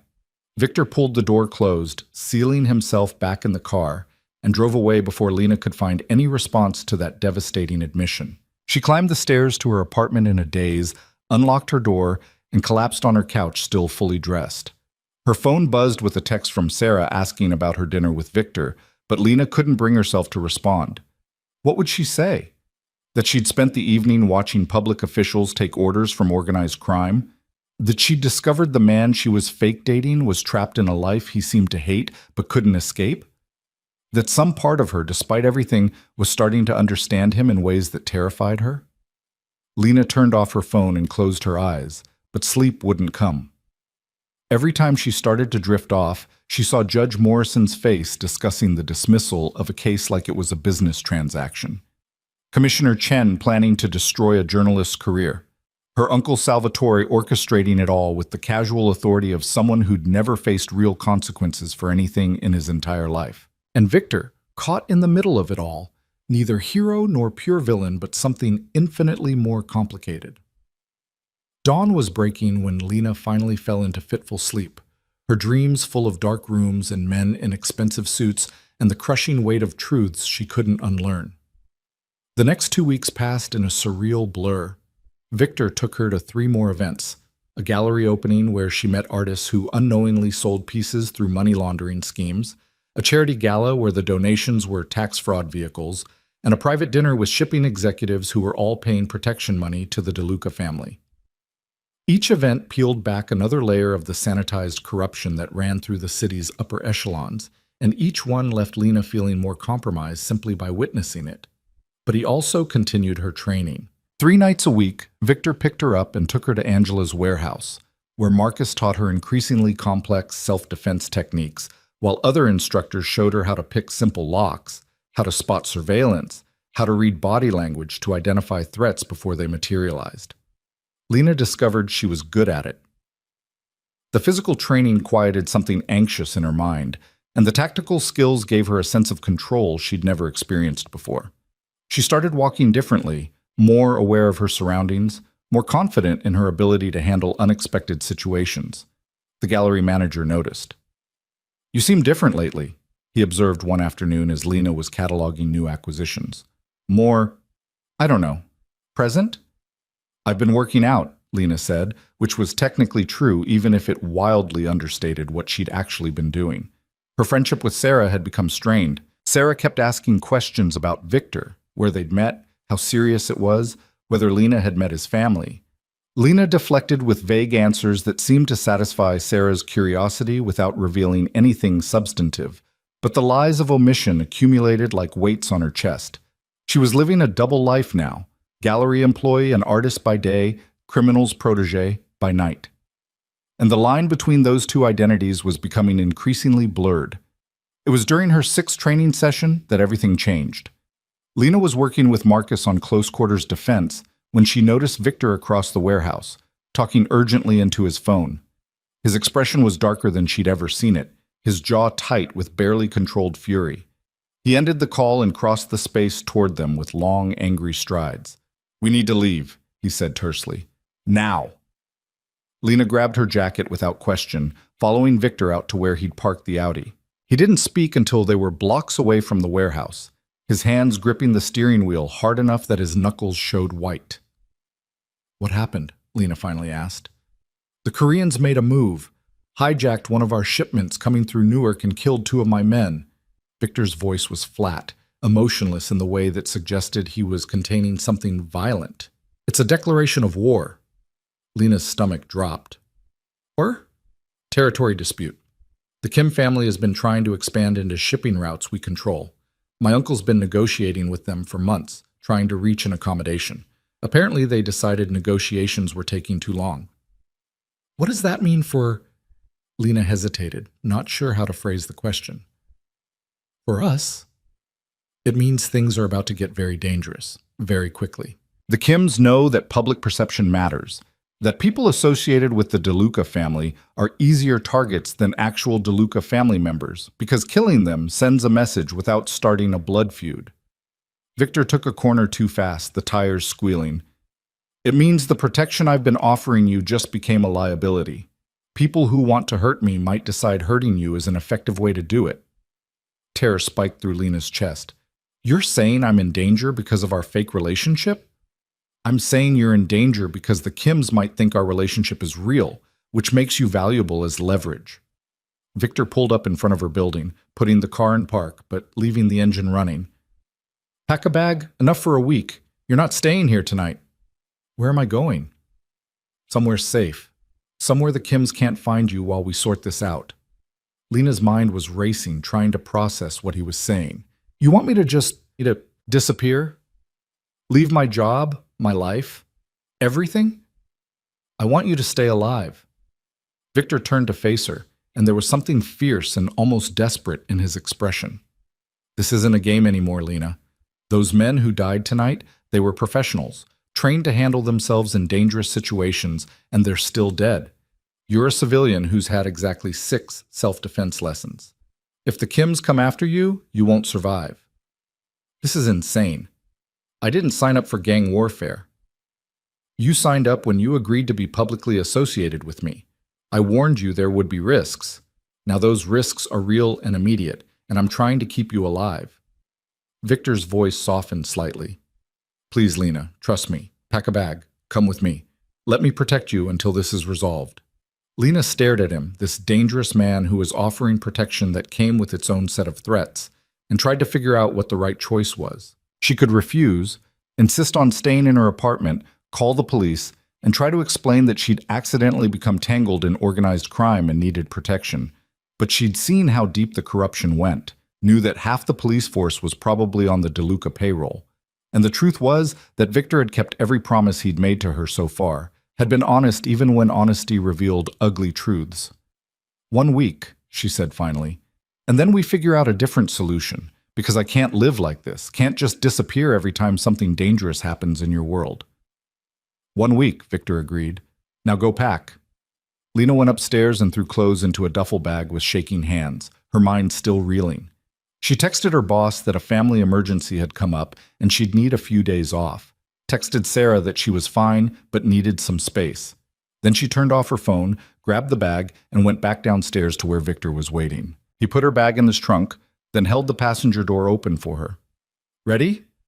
"No," Lena said honestly. "But I don't think that matters anymore." "Smart woman." Victor closed her door, walked around to the driver's side, and pulled into traffic heading north out of the city. They drove in silence for over an hour, leaving Brooklyn behind for the suburbs, then the suburbs for increasingly rural landscape. Lena watched the city lights disappear in the rearview mirror and felt like she was crossing some threshold she couldn't name, leaving behind the last remnants of her old life and stepping fully into the dangerous world that had claimed her. Finally, Victor turned off the main highway onto a private road that wound through thick woods. The road ended at a gate that opened automatically as they approached, then closed behind them with mechanical finality. Beyond the gate, the trees opened up to reveal a house that was part fortress and part luxury retreat, stone and glass and architectural angles that suggested both beauty and defensibility. Lights glowed from within, and Lena could see the silhouettes of at least 2 men moving past windows. "What is this place?" she asked. "My uncle's safe house. He uses it when things get complicated and he needs to disappear for a while." Victor parked near the entrance, killing the engine. There are guards on the perimeter, security systems that would make a paranoid dictator jealous, and enough supplies to last months if necessary. "You'll be safe here." He got her bag from the trunk and led her inside, where warmth and the smell of cooking food greeted them. A woman in her 60s appeared from what looked like the kitchen, wiping her hands on a dish towel. "Victor, good. I made up the blue room like you asked." Her eyes moved to Lena with open curiosity. "And this must be your young lady, Mrs. Chen. This is Lena Carter." "Lena, Mrs. Chen keeps this place running and makes the best lasagna in 3 states." Mrs. Chen beamed. "Flattery will get you an extra serving. Come, dear, let me show you to your room. You look exhausted." Lena followed Mrs. Chen up a curved staircase to the 2nd floor, down a hallway lined with expensive art, and into a bedroom that was larger than her entire apartment. Floor-to-ceiling windows looked out over the darkened forest. A king-sized bed dominated one wall, and an ensuite bathroom featured a soaking tub that could probably fit 3 people. "There are clothes in the closet if you need anything," Mrs. Chen said, setting Lena's duffel on a bench at the foot of the bed. "Victor keeps sizes for guests. Dinner will be ready in 20 minutes if you're hungry." Then she was gone, leaving Lena alone in this beautiful prison. Lena walked to the windows, staring out at the darkness beyond, and tried to process how her life had reached this point.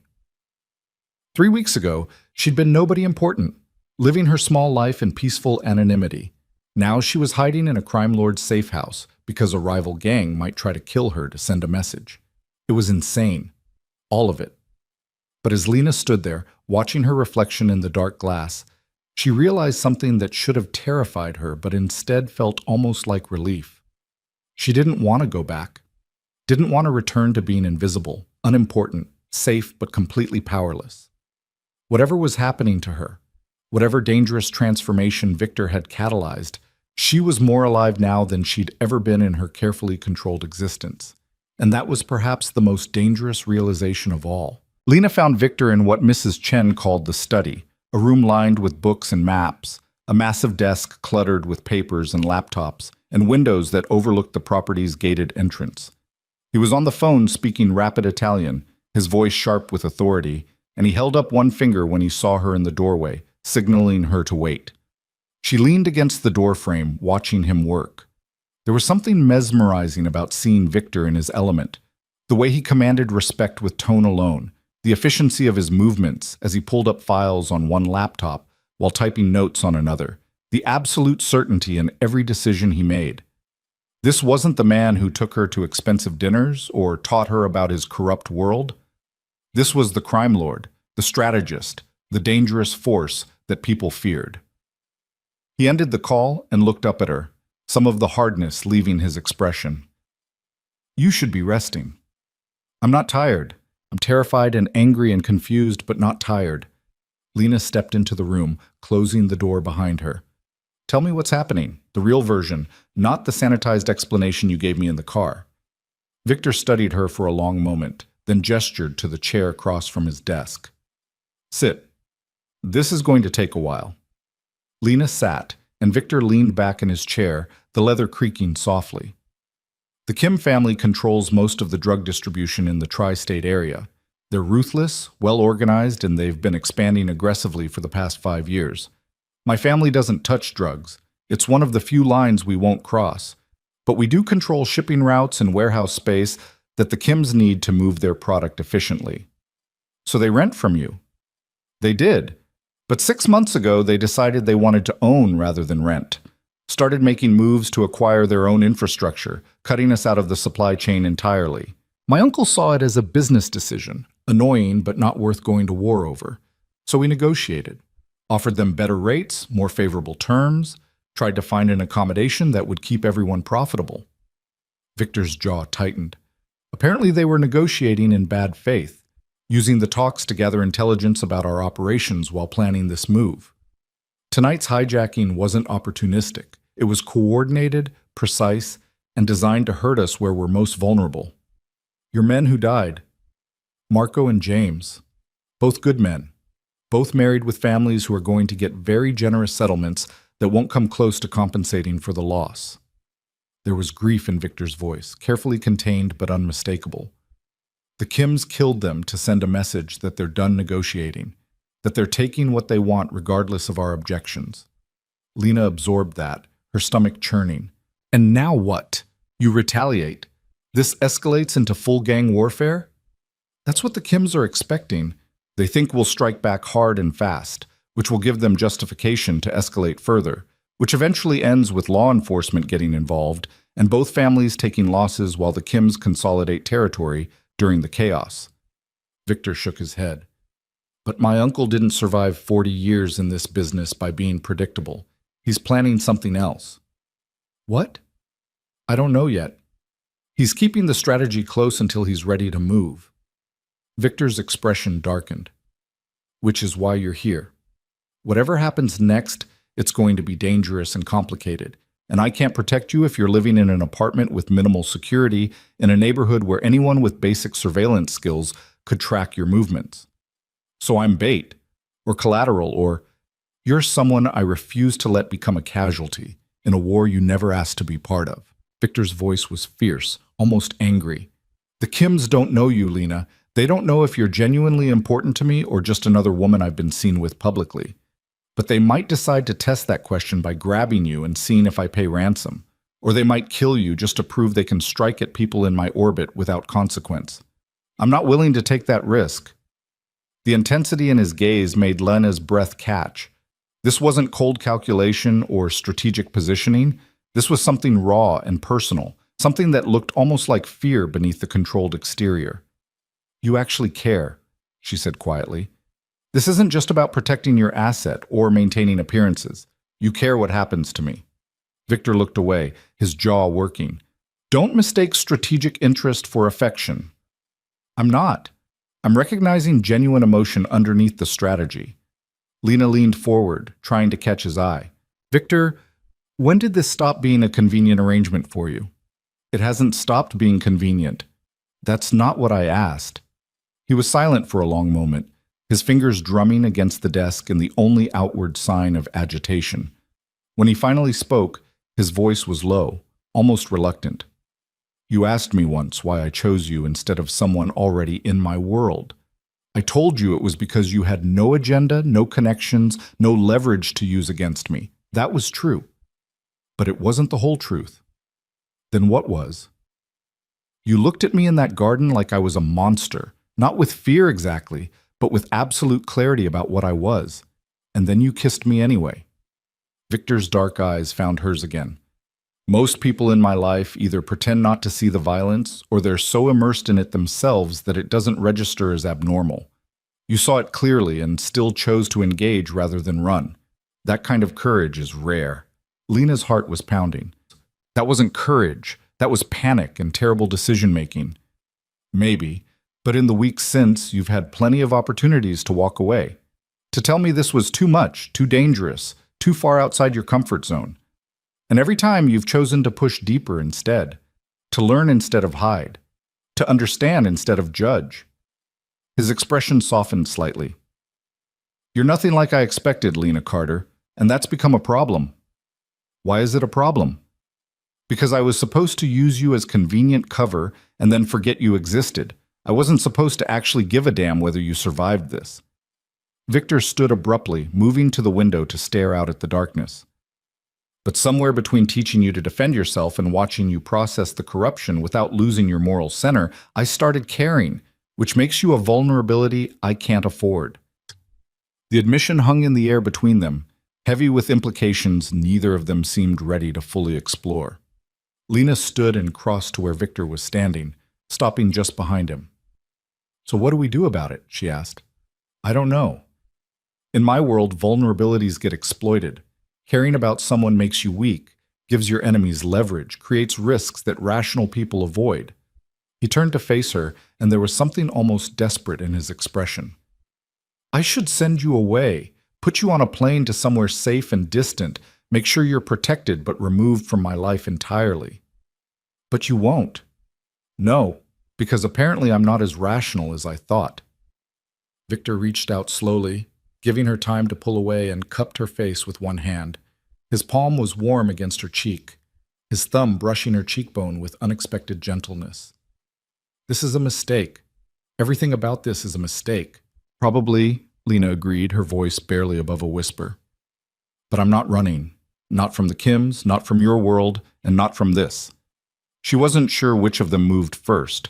Maybe they both did, closing the distance simultaneously, meeting in a kiss that was nothing like the desperate, fear-fueled contact they'd shared at the wedding. This was deliberate, inevitable, and far more dangerous than any gang war. Victor kissed her like a man who'd been restraining himself for weeks and had finally stopped fighting it. His other hand came up to tangle in her hair, pulling her closer as the kiss deepened. Lena's hands found his chest, feeling his heart hammering beneath the expensive fabric of his shirt, and she kissed him back with equal intensity. When they finally broke apart, both breathing hard, Victor rested his forehead against hers. This complicates everything. I know. It makes you an actual target instead of a theoretical one. I know that too, and I still can't promise you safety, or a future, or anything resembling a normal relationship. Good, Lena said, surprising them both. Because I don't want normal anymore. Normal was being invisible and powerless. This, whatever this is, at least it's real. Victor pulled back to look at her, something like wonder crossing his usually guarded features. You're extraordinary. You know that? I'm terrified and in way over my head. That too, but also extraordinary. He kissed her again, softer this time, almost tentative. Then he stepped back, putting deliberate distance between them. We should stop. Before this goes somewhere we're not ready for. Lena wanted to argue, to close the distance again and damn the consequences. But she could also see the wisdom in restraint. Everything between them was already complicated enough without adding physical intimacy to the mix. Okay, she said. But Victor, this conversation isn't over. I know. He smiled, and it transformed his face completely, made him look younger, less burdened by the weight of his choices. Go get some rest. Tomorrow we figure out how to survive this war, and you're going to need all your training. Lena left him in the study and returned to her borrowed bedroom, her lips still tingling and her heart racing. She should be terrified, should be planning how to escape this situation before it consumed her completely. Instead, She lay in the enormous bed, staring at the ceiling and replaying every moment of that kiss, every word of Victor's reluctant admission that he cared. She'd fallen for a monster, or maybe he wasn't a monster after all, just a man trapped in a monstrous situation, trying to find some shred of decency in an indecent world. Either way, Lena was in too deep to turn back now. The next morning arrived with brilliant sunlight streaming through the massive windows and the smell of coffee drifting up from downstairs. Lena showered, found clothes in the closet that fit well enough, and made her way to the kitchen where Mrs. Chen was preparing what looked like enough breakfast to feed a small army. "Good morning, dear. Coffee?" "Please." Lena accepted a mug gratefully, taking a long sip of the strong, perfect brew. "Is Victor up?" "He never went to sleep. He's been on the phone and computer all night, coordinating with his uncle." Mrs. Chen cracked eggs into a pan with practiced efficiency. "That boy works himself too hard. Always has, even when he was young. Too much responsibility, too early." "How long have you known him?" "Since he was 8 years old and his uncle brought him here after his father died. Salvatore wanted to send him to boarding school, but Victor refused to leave. Said the family business was his inheritance and he needed to learn it properly." Mrs. Chen's expression was fond despite the sadness in her voice. "He grew up too fast. Never had a real childhood. Just tactical lessons disguised as games and business meetings instead of birthday parties." The image that painted a grieving 8-year-old forced into his father's world before he was ready made Lena's chest ache. That's awful. That's the life he was born into. But you know what I've noticed in the past few weeks? Mrs. Chen turned to look at Lena directly. He's been smiling again. Actually smiling, not just the business expression he uses for meetings. And he talks about you when he calls to check in. Never anything too personal, but I can hear it in his voice. You're important to him. Before Lena could figure out how to respond to that, Victor appeared in the kitchen doorway looking exhausted but alert. "Morning. I see Mrs. Chen has already started interrogating you." "Not interrogating, informing." Mrs. Chen pointed a spatula at him. "Sit down and eat. You look terrible." Victor obeyed without argument, dropping into the chair beside Lena and accepting the plate of eggs and toast that Mrs. Chen set in front of him. "Thank you." "Don't thank me, just eat. You too, Lena. I won't have either of you fainting from hunger on my watch." They ate in companionable silence, the domesticity of the moment surreal given everything else happening around them. Finally, Mrs. Chen bustled off to handle something in another part of the house, leaving them alone. "So," Lena said quietly, "what's the plan?" Victor set down his coffee mug, his expression becoming serious. "My uncle has decided on a strategy. We're not retaliating directly against the Kims. Instead, we're cutting off their supply chain at the source." "What does that mean?" "It means we've contacted their suppliers in Mexico and offered them better terms to switch their loyalty to a different distribution network, one that we control through intermediaries. Without product to move, the Kim's entire operation collapses from the inside." Lena processed that. "That's brilliant. It neutralizes them without open warfare." "That's the theory. In practice, it's risky as hell.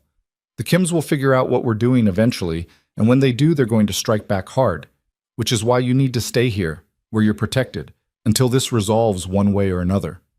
"How long will that take?" "Days? Maybe weeks." Victor reached across and took her hand, his thumb tracing circles on her palm.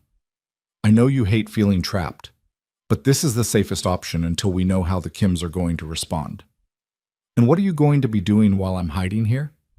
"Coordinating the supply chain transition, meeting with our Mexican contacts, making sure the Kims can't find alternative sources." He paused. "Being very visible in the city so they focus their attention on me instead of looking for you." Fear spiked through Lena's chest. "You're making yourself bait." "I'm making myself the obvious target, so you're not." Victor's expression was calm, matter-of-fact, like he was discussing the weather rather than deliberately putting himself in danger. "This is my world, Lena. My fight. You shouldn't have to be part of it." "Except I already am part of it. You said so yourself last night. I'm a vulnerability now." Lena gripped his hand tighter.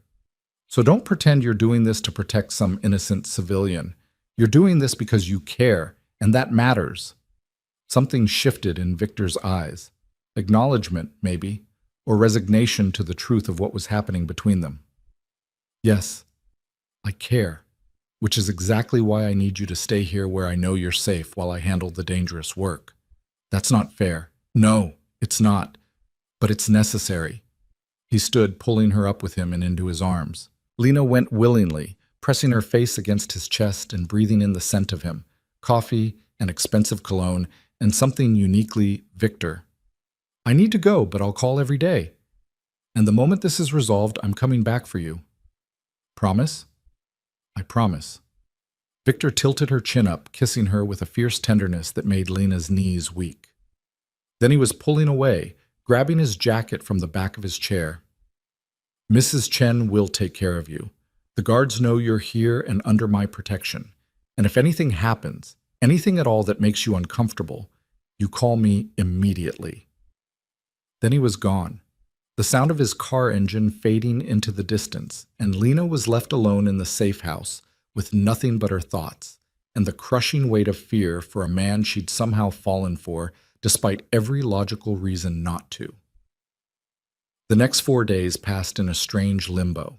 Lena tried to maintain some sense of normalcy. She read books from the extensive library, helped Mrs. Chen with cooking, even did some sketching from the windows overlooking the forest. But underneath the surface calm, anxiety gnawed at her constantly. Victor called every evening like clockwork, updating her on the progress of his uncle's strategy. The Mexican suppliers had agreed to the switch. The Kims were scrambling to find alternative sources, but coming up empty. Their distribution network was starting to fracture as dealers realized product wasn't flowing reliably anymore. It's working, Victor told her on the 4th night, his voice carrying exhaustion even through the phone. The Kims are hemorrhaging money and influence. Another week and they'll be too weak to pose a real threat. And you? Are you safe? Safe enough. They've made a few moves, nothing I couldn't handle. He said it casually, but Lena heard the edge underneath. Something had happened, something Victor wasn't telling her. What aren't you saying? Silence on the other end of the line. Then, quietly, they tried to grab me outside my apartment 2 nights ago. 4 men, professional setup. It didn't go well for them. Lena's blood ran cold. You were attacked, and you're only telling me now? I didn't want you to worry. Too late. I've been worried since the moment you left. Lena paced her bedroom, the phone pressed hard against her ear. Come here, please. You said this place was safe, so come stay here instead of making yourself a target every night. I can't. If I disappear, the Kims will know something's wrong and they'll get desperate. Desperate people make reckless moves. Victor's voice softened. I know this is hard, but I need you to trust that I know what I'm doing. I trust your competence. I'm questioning your self-preservation instincts. That earned her a low chuckle. Fair enough, but Lena, I need you to know, whatever happens, getting you tangled up in this was the best mistake I've ever made. The line went dead before she could respond, leaving Lena staring at her phone and trying not to scream with frustration. She barely slept that night, her mind conjuring worst-case scenarios with vivid detail. Every sound outside her window made her jump. Every shadow looked like a threat. By the time dawn broke, she'd convinced herself that something terrible had happened and Victor was lying dead somewhere while she hid in useless safety. So when Victor's car pulled up the drive at 8 in the morning, Lena nearly collapsed with relief. She ran downstairs and out the front door, not caring that she was still in pajamas or that the guards were watching with undisguised interest. Victor got out of the car looking like he'd been through hell, bruised knuckles, a cut above his left eyebrow, exhaustion carved into every line of his face. You're alive, Lena breathed, stopping just in front of him. Disappointed? Victor's attempt at humor fell flat, undermined by how bone-tired he looked. Furious. Terrified. Relieved. Lena reached up to touch the cut on his eyebrow gently. What happened? The Kims made their move last night. Tried to hit our main warehouse, thinking they could disrupt operations enough to buy themselves time. Victor caught her hand, pressing it against his cheek. They failed. Badly. Lost 8 men in the attempt, and we captured 3 more who are currently having very informative conversations with my uncle's interrogators. Is it over? Almost. The Kims are broken. No product, no money, no leverage. They'll either surrender territory and sue for peace, or they'll make one last desperate play that ends with them all in prison or dead. Victor's thumb traced her jaw. Either way, you're safe. The threat is neutralized. Relief flooded through Lena so intensely it made her dizzy. Then why do you look like you're about to deliver bad news? Victor's expression shuddered. Because I am. My uncle wants to meet you, officially, tonight. Why is that bad news? Because meeting Salvatore means you're no longer just someone I'm publicly associated with. It means you're being evaluated as a permanent fixture in my life. And if he decides you're acceptable, you'll be drawn deeper into the family in ways that will be very hard to extract yourself from later. Victor's voice was heavy with something that sounded like regret. I can refuse. Tell him you're not interested in permanent entanglement. Give you the exit I promised. Lena looked at this dangerous, complicated man who'd somehow become the center of her world in just a few short weeks. She thought about her old life, safe, invisible, carefully controlled. Thought about the woman she'd been before that wedding, before witnessing violence in a garden, before kissing a monster and discovering he was more human than she'd imagined. She didn't want to go back to being that woman. No, she said firmly. I'll meet your uncle. I'll be evaluated. And I'll decide for myself whether I want to be part of your world permanently. Victor stared at her like he couldn't quite believe what he was hearing. You understand what you're agreeing to. The life this means. I understand that I'd rather face it with you than spend the rest of my life wondering what might have been if I'd been brave enough to choose danger over safety. Lena stood on her toes and kissed him, soft and sure. I'm choosing you, Victor. All of you, the violence and the corruption and the impossible complications. Because underneath all of that, I see a man who's trying to be better than his circumstances allow. And I want to help him try. Victor pulled her close, burying his face in her hair, and Lena felt him shaking slightly. Whether from exhaustion or emotion, she couldn't tell. You're going to regret this, he whispered. Probably, but I'd regret walking away more. They stood there in the morning sunlight, two people who shouldn't fit together but somehow did, while the guards tactfully looked elsewhere, and Mrs. Chen watched from the doorway with a knowing smile. The war was ending. But for Lena and Victor, something else was just beginning, something far more dangerous than any gang conflict could ever be. They were falling in love in a world that destroyed love as casually as it destroyed everything else beautiful and fragile, and neither of them seemed capable of stopping it. The meeting with Salvatore De Luca was scheduled for 8 that evening at the same private club where Lena had first witnessed the depth of corruption threading through the city's power structure. Victor spent the afternoon coaching her on what to expect, his tension palpable despite his attempts to appear calm. My uncle will test you, he said as they drove back into the city, the safe house disappearing in the rearview mirror. He'll ask questions designed to make you uncomfortable, to see if you break under pressure. He'll look for weaknesses he can exploit, inconsistencies in your story, any sign that you're not genuinely committed to this life. What happens if I fail his test? Victor's hands tightened on the steering wheel. Then he'll conclude you're a liability and suggest I end our association, permanently. The unspoken threat hung between them. Lena had seen enough of this world to know that ending an association with someone who knew too much didn't mean a polite goodbye and separate paths. It meant making certain that person could never talk. And if I pass? Then you become part of the family, protected, but also bound by the same rules and expectations that govern everyone else in our organization. You'll be expected to maintain silence about everything you see and hear, to support family interests even when they conflict with your own moral compass, to accept that your life is no longer entirely your own. Lena watched the city skyline grow closer through the windshield, those familiar towers now representing something different than they had a month ago. That sounds like a prison sentence. In some ways it is, but it also means you'll never be alone, never be unprotected, never have to face the world's dangers without the full weight of the De Luca family backing you. Victor glanced at her, his expression conflicted. I'm still not sure I should be letting you do this. You're not letting me do anything? I'm making my own choice. A choice I influenced by dragging you into my world in the first place. A choice I'm making with full knowledge of what it means, Lena corrected. Stop trying to take responsibility for my decisions, Victor. I'm not a child and I'm not a victim. I'm a woman who's choosing to stand beside you despite the cost. Something fierce and possessive flashed across Victor's face. Say that again. Which part? The part about standing beside me. Lena reached across the console and took his hand.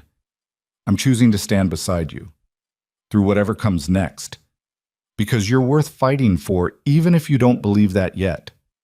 Victor pulled the car over suddenly, parking on a side street, and turned to face her fully. I'm not worth fighting for, Lena. I'm a criminal who's done terrible things in the name of business and family loyalty. I've hurt people, destroyed lives, perpetuated the same corrupt system I claim to hate. You deserve better than that. Maybe, but I don't want better. I want you. Lena cupped his face with both hands, forcing him to meet her eyes. I see all of you, Victor. The violence and the vulnerability, the monster and the man. And I'm choosing all of it because when I'm with you, I finally feel like I'm living instead of just existing. Victor kissed her then with desperate intensity, pulling her as close as the car's interior allowed. When they finally broke apart, both breathing hard, he rested his forehead against hers. If we do this, there's no going back, he whispered. Once my uncle accepts you into the family, leaving becomes almost impossible. You'll be bound to this life, to me, in ways that most marriages can't match. Then I guess we'd better make it count. Victor laughed, the sound raw and slightly broken. You're insane, probably, but so are you for caring about someone like me. Fair point. He kissed her again, softer this time, then pulled back and restarted the car. All right, let's go introduce you to my uncle.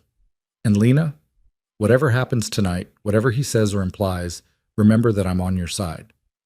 They arrived at the club as twilight was settling over the city, the building's facade glowing with warm light that promised comfort and exclusivity.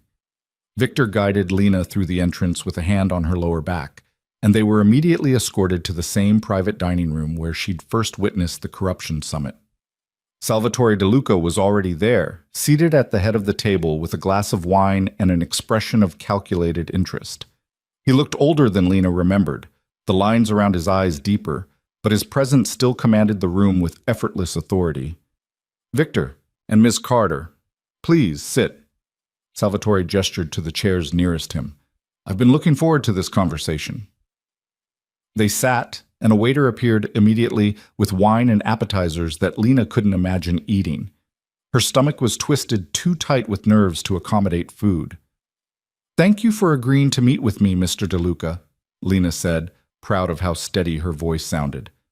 Salvatore, please, we're practically family already, given how much time you've been spending with my nephew. His smile didn't reach his eyes. Though, I confess, I'm curious about the nature of your relationship. Victor has never brought a woman to meet me before. You must be quite special. I'd like to think so, Lena replied carefully. Tell me, how did you two meet? I've heard several versions of the story, but I'd like to hear it from you directly. This was the test. Lena could feel Victor tense beside her, ready to intervene if she stumbled. But she'd prepared for this, had rehearsed the sanitized version of events that omitted the violence she'd witnessed while still explaining their public connection. We met at the Castellano wedding, she said. I was there as a guest of a friend, feeling somewhat out of place among all the society connections. Victor asked me to dance, and we discovered we had more in common than either of us expected. It grew from there. How romantic. And what exactly do you have in common with my nephew? You're an art gallery employee from Brooklyn. He's... Salvatore paused deliberately. A shipping logistics executive from a very old family with very particular traditions. On the surface, you seem quite mismatched. We share an appreciation for honesty, Lena said, meeting Salvatore's calculating gaze directly. Victor doesn't pretend to be something he's not. Neither do I. In a world full of performance and pretense, that's surprisingly rare. Salvatore's eyebrow rose fractionally. Honesty. An interesting quality to value in this particular family. I didn't say I valued dishonesty. I said I valued honesty. Victor has been very clear with me about who he is and what his life entails. I've chosen to accept that reality rather than demand he become someone different to accommodate my comfort. And what exactly has my nephew told you about who he is? The trap was obvious. If Lena admitted Victor had revealed the family's criminal enterprises, she'd be confirming she knew too much. If she claimed ignorance, she'd look naive or dishonest, neither of which would earn Salvatore's respect. He's told me that he comes from a family with complex business interests that operate in gray areas of the law, Lena said carefully. That loyalty and discretion are paramount, that the life he leads comes with dangers that most people never have to consider, and that once someone enters his world, leaving becomes difficult. And yet you're still here. I'm still here. Salvatore studied her for a long moment, his expression unreadable. Then he turned to Victor. You've trained her well. She knows how to navigate difficult conversations without revealing too much or too little. I trained her to defend herself physically, Victor replied. The rest is all Lena. She's smarter than most people I work with and braver than she has any right to be. High praise from someone who rarely praises anyone. Salvatore took a sip of his wine, his eyes never leaving Lena's face. Tell me, Ms. Carter, what do you want from this relationship with my nephew? Money? Social status? Protection from some threat you haven't mentioned? I want him, Lena said simply. Not his money or his connections or even his protection, though I won't pretend those things aren't benefits. I want Victor, the man underneath all the armor and strategy, the one who's trying to find honor in a dishonorable world, the one who cares more than he wants to admit. For the first time, something shifted in Salvatore's expression, not warmth exactly, but something approaching approval. You're not what I expected. Most women who get involved with men in our organization are either looking for security or running from something. You don't seem to be either. I'm looking for a life that feels real instead of safe, Lena replied. I spent 28 years being careful, being invisible, making sure I never attracted the wrong kind of attention. And then I met Victor and realized that safety isn't the same as living. I'd rather have 1 year of dangerous reality than a lifetime of comfortable numbness. Salvatore laughed, the sound genuine and slightly surprised. Well, you've certainly made an impression. He leaned back in his chair, his gaze moving between Lena and Victor with calculation that was now edged with something that might have been satisfaction. Victor, you've chosen well, assuming Ms. Carter understands what she's agreeing to. I do, Lena said before Victor could respond. I understand that becoming part of this family means accepting certain obligations and maintaining certain silences. I understand that the world you operate in doesn't forgive mistakes or tolerate disloyalty. And I understand that once I commit to this, walking away won't be an option. And you're prepared to make that commitment? Tonight? Lena's heart hammered against her ribs. This was the moment, the final point of no return. If she said yes, she'd be binding herself to Victor's world in ways that would reshape her entire life. If she said no, she'd likely be signing her own death warrant for knowing too much while refusing to join the organization. But when she looked at Victor and saw the fear and hope warring in his dark eyes, the choice felt simple. Yes, I'm prepared. Salvatore nodded slowly, then raised his wine glass. Then welcome to the family, Lena Carter. May you survive it longer than most. The toast was ominous rather than celebratory, but Lena raised her own glass and drank anyway. The wine tasted like commitment and consequence in equal measure. The dinner that followed was surreal. Salvatore asked Lena about her work at the gallery, her family background, her education, all with the air of someone conducting a thorough vetting rather than making polite conversation. Victor remained tense beside her, his hand occasionally finding hers under the table in silent support. By the time dessert arrived, Lena felt like she'd been through an interrogation disguised as a meal. But she'd apparently passed whatever tests Salvatore had been administering because his demeanor had shifted from suspicious to merely watchful. One more thing, Salvatore said as the plates were being cleared. The Kim situation has been resolved. They've agreed to surrender their distribution territory in exchange for safe passage out of the tri-state area. The war is over. Relief flooded through Lena, though Victor's expression remained carefully neutral. What are the terms? He asked. Complete withdrawal within 30 days. We're absorbing their infrastructure and client base. It's a better outcome than I'd hoped for. We gained territory without the prolonged conflict that would have drawn federal attention. Salvatore's eyes glinted with satisfaction. Though I understand they made an attempt on you during the negotiations. I trust you handled it appropriately. They won't make that mistake again, Victor said flatly. Good. I'd hate to lose my best strategist to an ambush. Salvatore stood, signaling the end of the dinner. Victor, I need you in the office tomorrow morning. We have details to finalize. Ms. Carter, I'm sure we'll be seeing more of each other. It was a dismissal and a welcome in equal parts. Lena and Victor stood, exchanged polite farewells, and escaped into the night air with matching relief. Neither of them spoke until they were back in the car and several blocks away from the club. Then Victor pulled over again, this time in a parking lot overlooking the East River, and turned to face her. You did it, he said, and there was wonder in his voice. You actually impressed my uncle. I didn't think that was possible. I wasn't trying to impress him. I was trying to survive the conversation. Same thing, in his world. Victor pulled her close, kissing her with a desperate relief that suggested he'd been more worried about the outcome than he'd let on. You're part of the family now, officially protected, officially bound. There's no going back from this. I don't want to go back. Lena kissed him again, pouring everything she felt into the contact, relief and fear and fierce affection and the terrifying certainty that she'd just altered the entire trajectory of her life. I want to go forward. With you. Well, even knowing what that means? The compromises you'll have to make? The things you might have to ignore or participate in? Even knowing all of that. Lena pulled back enough to meet his eyes. I'm not naive, Victor. I know this life will require me to bend my principles sometimes, but I'd rather bend them while standing beside someone I love than keep them pristine while living half a life alone. Victor went very still. What did you just say? Lena's breath caught as she realized what she'd admitted. I said I'd rather... The part about love. There was no point in taking it back now. The truth was already out, hanging between them in the darkness of the car. I love you. I probably have for weeks, but I was too scared to admit it because it made everything more complicated. But tonight, sitting across from your uncle and committing to this life, I realized that loving you is the only simple thing about any of this. Victor's expression went through a dozen emotions too quickly for Lena to track. Then he was kissing her again, harder this time, almost bruising in his intensity. When he finally pulled back, his voice was rough with emotion. I love you too.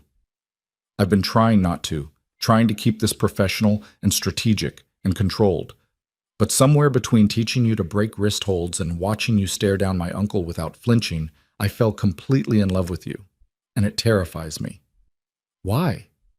Because everyone I've ever loved in this life has ended up hurt or dead or corrupted beyond recognition.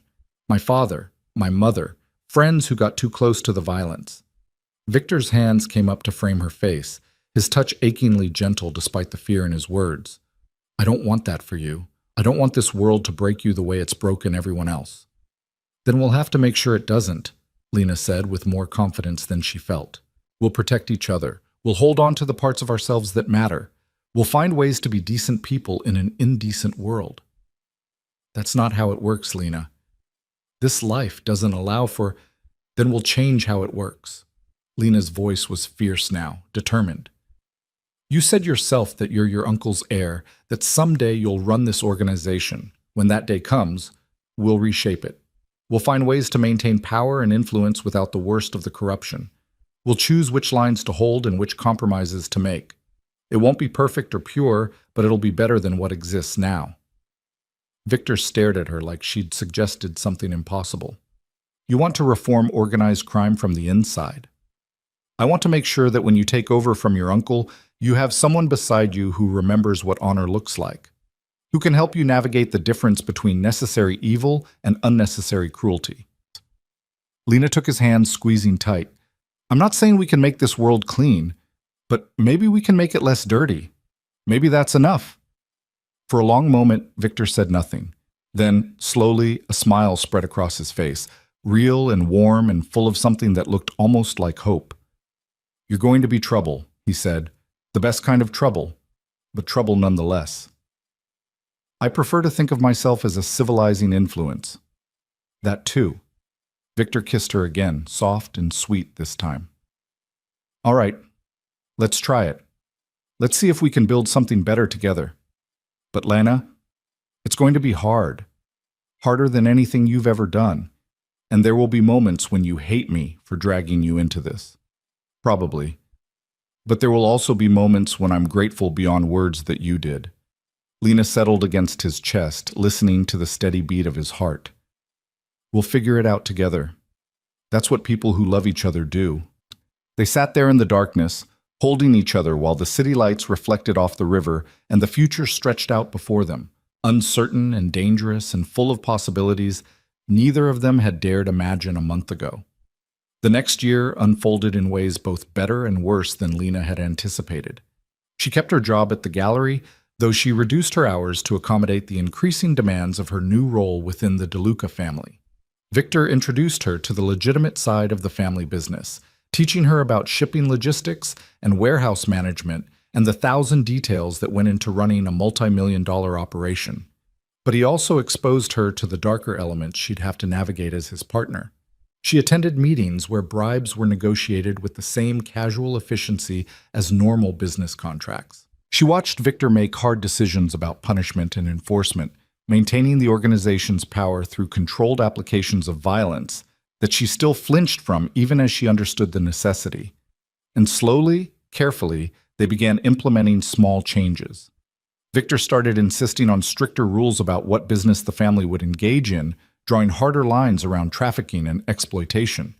He negotiated better terms for the legitimate employees who worked in DeLuca warehouses, improving safety standards and wages in ways that raised eyebrows among the other crime families, but also reduced the risk of disgruntled workers becoming informants.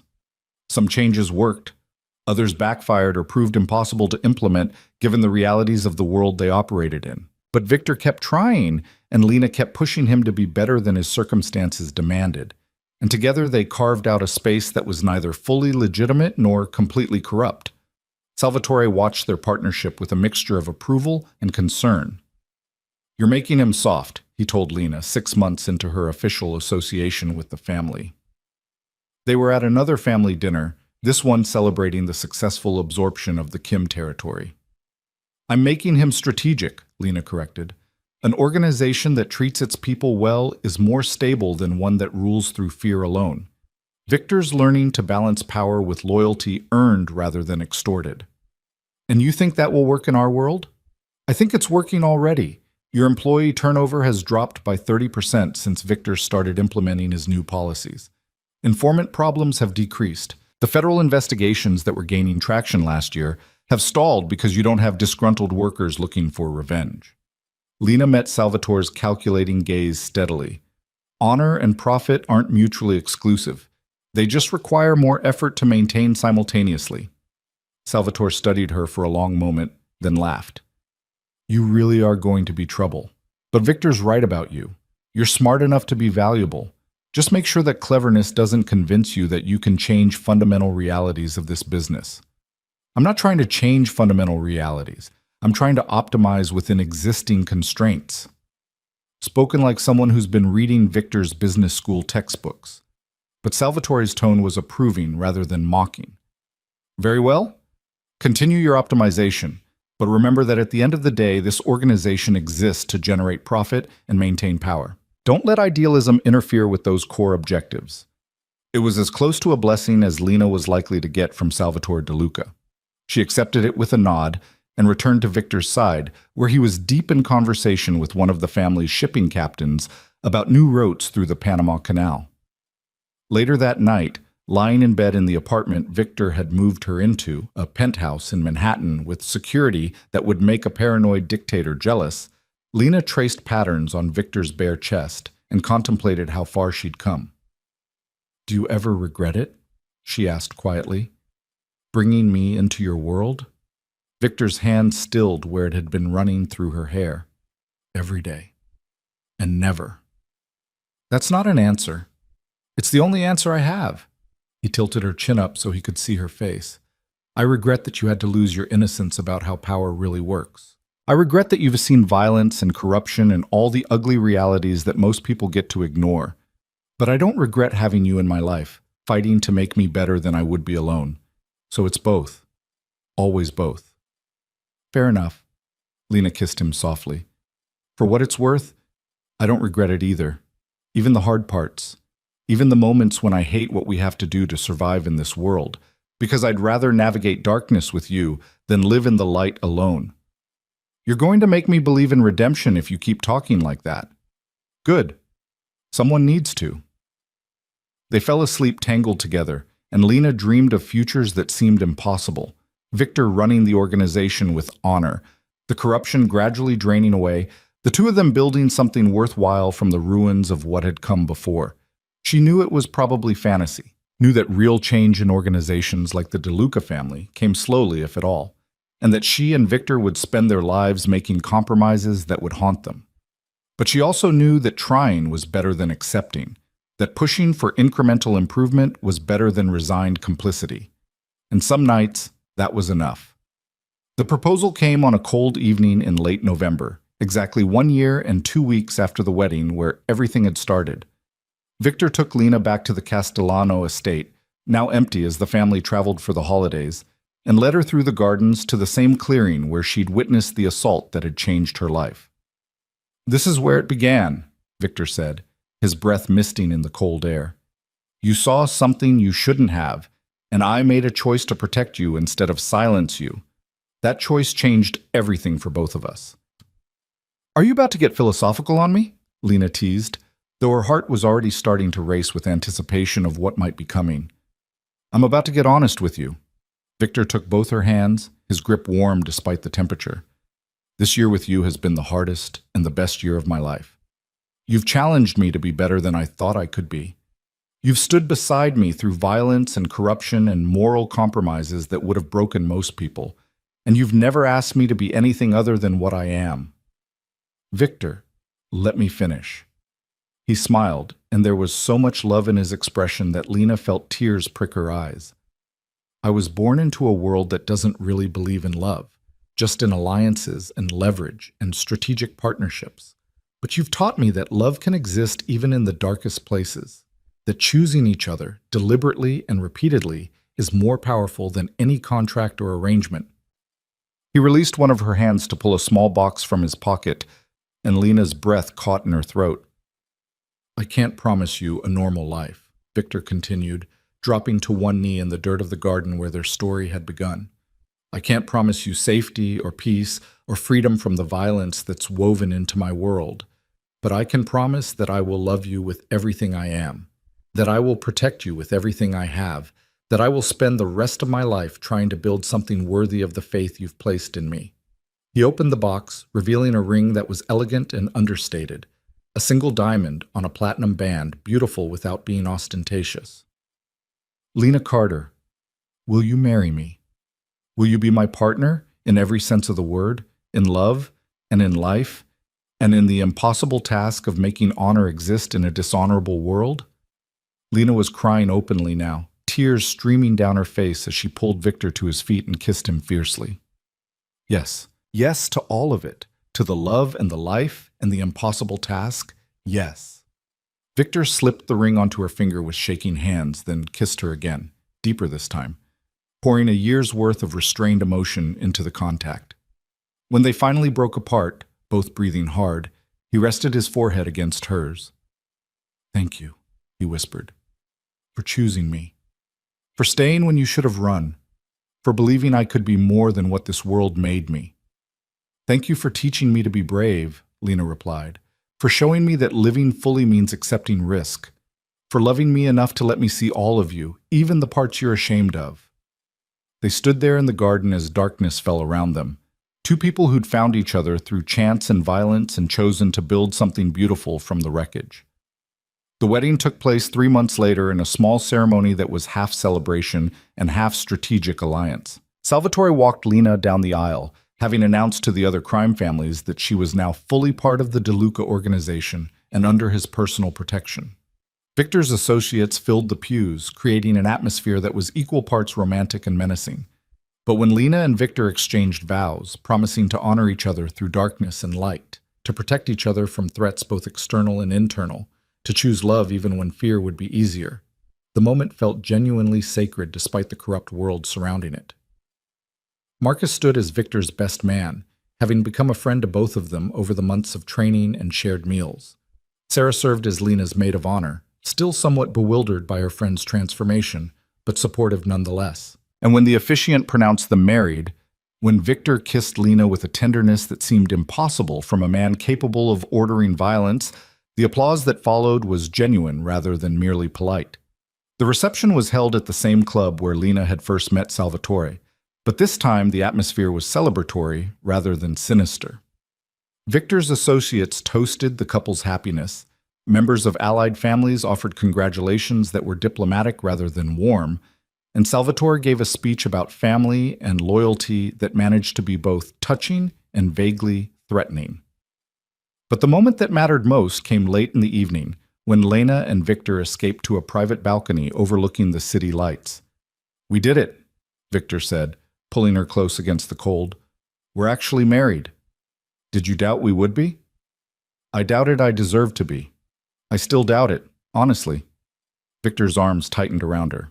"But I'm done questioning whether I deserve good things. I'm just going to try to be worthy of them instead." Lena turned in his embrace, taking his face in her hands. "You're already worthy. You always have been. You just needed someone to see it clearly enough to convince you. And you're that someone. I'm that someone." Lena kissed him softly. For better or worse, in sickness and health, through all the moral compromises and impossible choices that come with this life, I'm yours, and you're mine.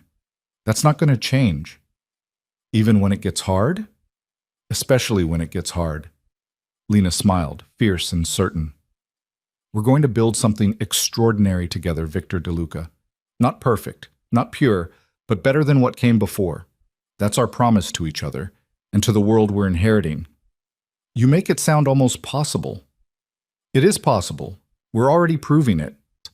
She gestured back toward the reception, where Victor's reformed policies had created an organization that was fractionally less violent, marginally more honorable than it had been a year ago. "We're changing things one decision at a time, and when you take over from your uncle, we'll change them faster.